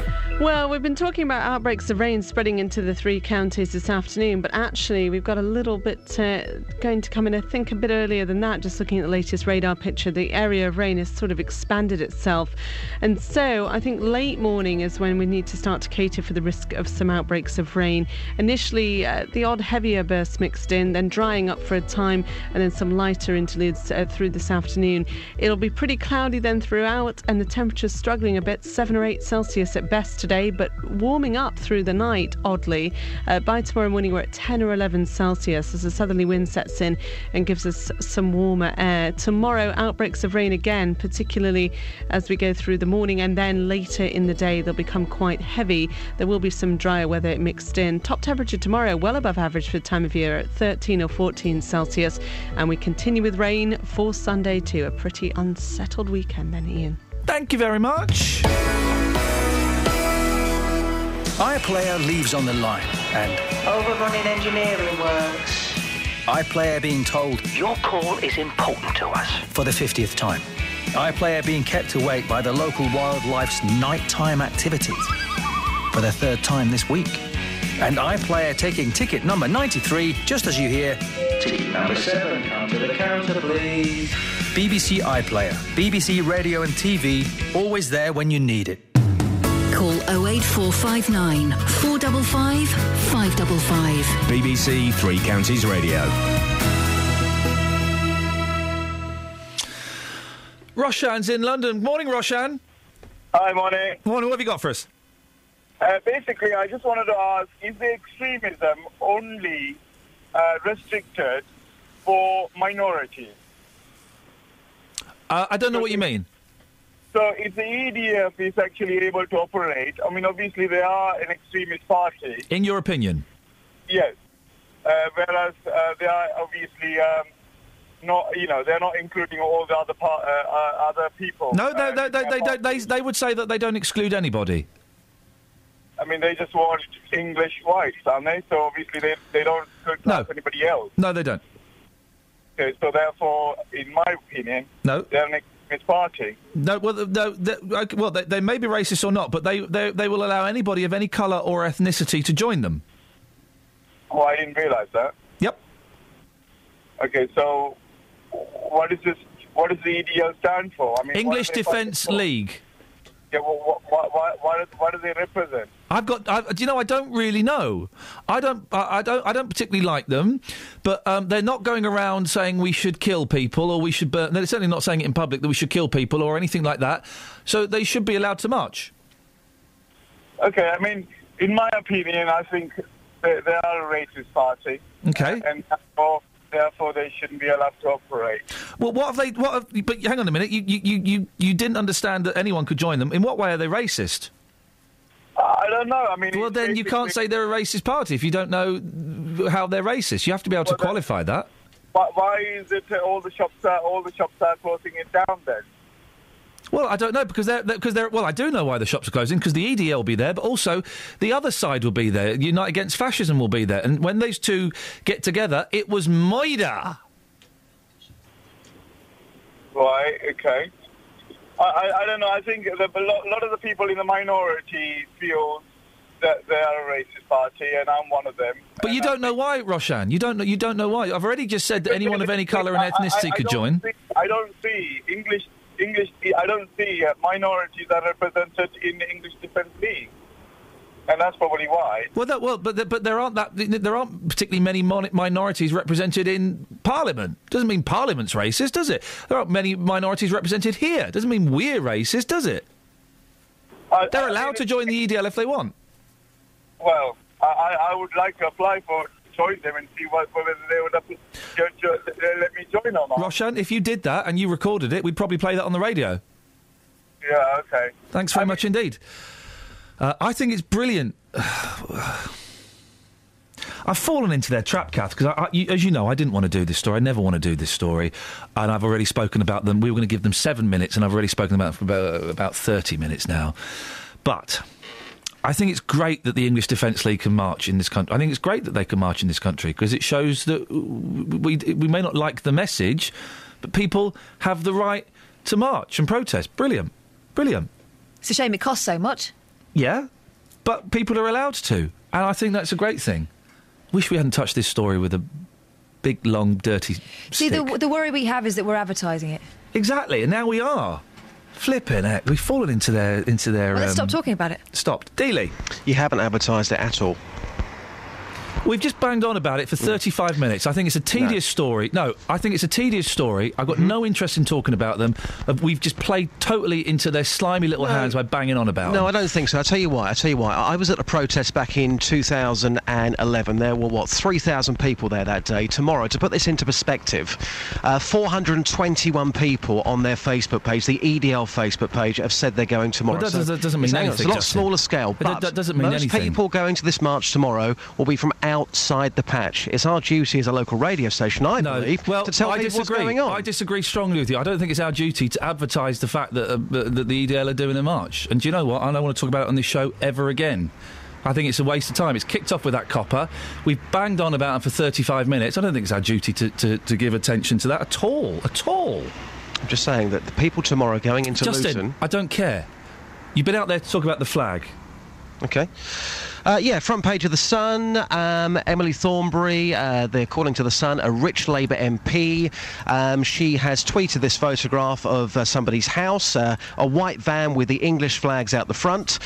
And it's got a lot of people very upset. I mean, she's made no comment about this being chavvy, no comment about it being racist at all, but it's a dig at people in this country. You've been talking about it this morning, getting calls on it.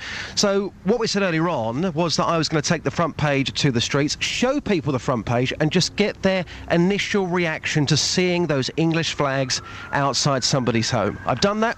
Here's what happened. Well, it's up to them if they want to fly the flag. That's fair play to them, but it looks a bit tacky, but if that's their belief, that's their belief. Are there people near you who fly the flag? Yes, there are. How many? 2 or 3. I don't think it looks very good. No, it doesn't do the community any good, does it? Why not? Just doesn't look right. I partly agree with Iain sometimes. It does look a little bit cheesy, but on the other hand, there are some people that are just very proud to be British. So it's kind of a bit of a catch-22. I get the impression you wouldn't fly the flag outside your home. No, I wouldn't fly that flag, not particularly, no. If that was your next-door neighbour... I have one across the road, and he doesn't bother me, I don't bother him, and they're proud, you know, so... So he's flying the flag outside his home? Yeah, and his neighbour as well, so I look at it every day. When you go home, are you embarrassed to live down that road? And be honest. No, I'm not. OK, madam, there's the front page of The Sun. The English flag's flying there. Just give us your initial reaction. When you see that, what do you think about that? I really don't think there's anything wrong. I mean, this is England, and why not? You know, it is the English flag at the end of the day. You don't think it's a bit chavvy, a bit tacky? No. It's mainly done when it's the football season anyway. It's not done every day. You don't see it all the time. And, of course, England were playing this week. Yes, they were. Great stuff. Thanks very much. Thank you, Steve. 08459 455 555. So we've got time to talk about Jeremy Vine, speeding Vine. Jeremy Vine on a bicycle. BBC star stopped for cycling at 16 miles per hour. He's got one of those cameras on his head. I might start wearing a camera on my head. A helmet cam? Well, yeah. Do I need a helmet? Can I just not have a cam? A head cam. I suppose you could. Imagine if I just... What are you filming, though? You? Be filming you now. Be filming you and your face now. Wow. I want one of those, but it'd be pointless. You'd just see loads of people's waists all day. Some people like those footage. Anyway, you see all these cyclists with these what are they called? Helmet cams. Okay, can I get a helmet cam? But just like without the helmet. I want a bionic eye. I want a bionic eye that just films everything. You've got that, but you're the only one who can watch it back. True. Good films, great memories, great times. Start racing along. This is the Daily Mail. Start racing along at more than 3 times the speed limit, and you might expect the police to come after you. What you might not expect is to get anywhere near to 3 times the speed limit when pedalling through the park on 2 wheels. What? That's exactly what happened to Radio 2 star and all-round nice guy Jeremy Vine. There will be truck drivers who are having to pull over now to wipe the tears from their eyes. He always does that, doesn't he? Yeah. We've got a text in from Steve, the trucker. Jeremy, really moved by that interview with the mum there. I've had to pull over and wipe the tears from my eyes. That's actually a really good impression. But that's all he does. This is all he does is just he makes truckers cry. Why? Leave the truckers alone. What's his beef with the truckers? Got enough to contend with. Jeremy Vine was confronted by police armed with guns. Speed guns. Oh. As he cycled in Hyde Park yesterday. He was caught zipping along at 16 miles per hour when regulations limit cyclists to just 5 miles per hour in London. I walk faster than 5 miles an hour. What bicycle has a speedometer? It's an unfair competition. You can't tell how fast you're going. It always feels fast with the wind in your face. That's no excuse. I didn't know. I'm trying to think of an example. I had my eyes closed, so I didn't know I murdered them. Well, it was still a murder. What? That's a bad example. It wasn't the best, was it, Kelly? Well done for... Keep working on that. OK. Do you want to come up with another one? If you can. We got 2 minutes. OK. It's like saying, I did throw a stone at the bus, but it missed. No, it's not. No, the thing about having your eyes blindfolded was that you not knowing that you'd done it is not a defence in law. Oh, I've got what you're saying. Yeah, but fair's fair. Great campaign. That was my campaign for something, wasn't it? Yes. Anyway, a camera on the BBC presenter's helmet on his head captured the moment the officers stopped him and showed him the reading on their speed gun. Vine49 was apologetic. I bet he was. You right, Kelly? I've just got to wipe the tears from my eyes. I'm sorry if you are a trucker and you're crying now. I wonder if anybody's been killed because Jeremy Vine has made a trucker cry so much they just couldn't pull over in time. Don't say that. So Vine 49 was apologetic, but suggested that such a low speed limit puts cyclists in danger by forcing them onto the roads. The Star, who also presents Eggheads,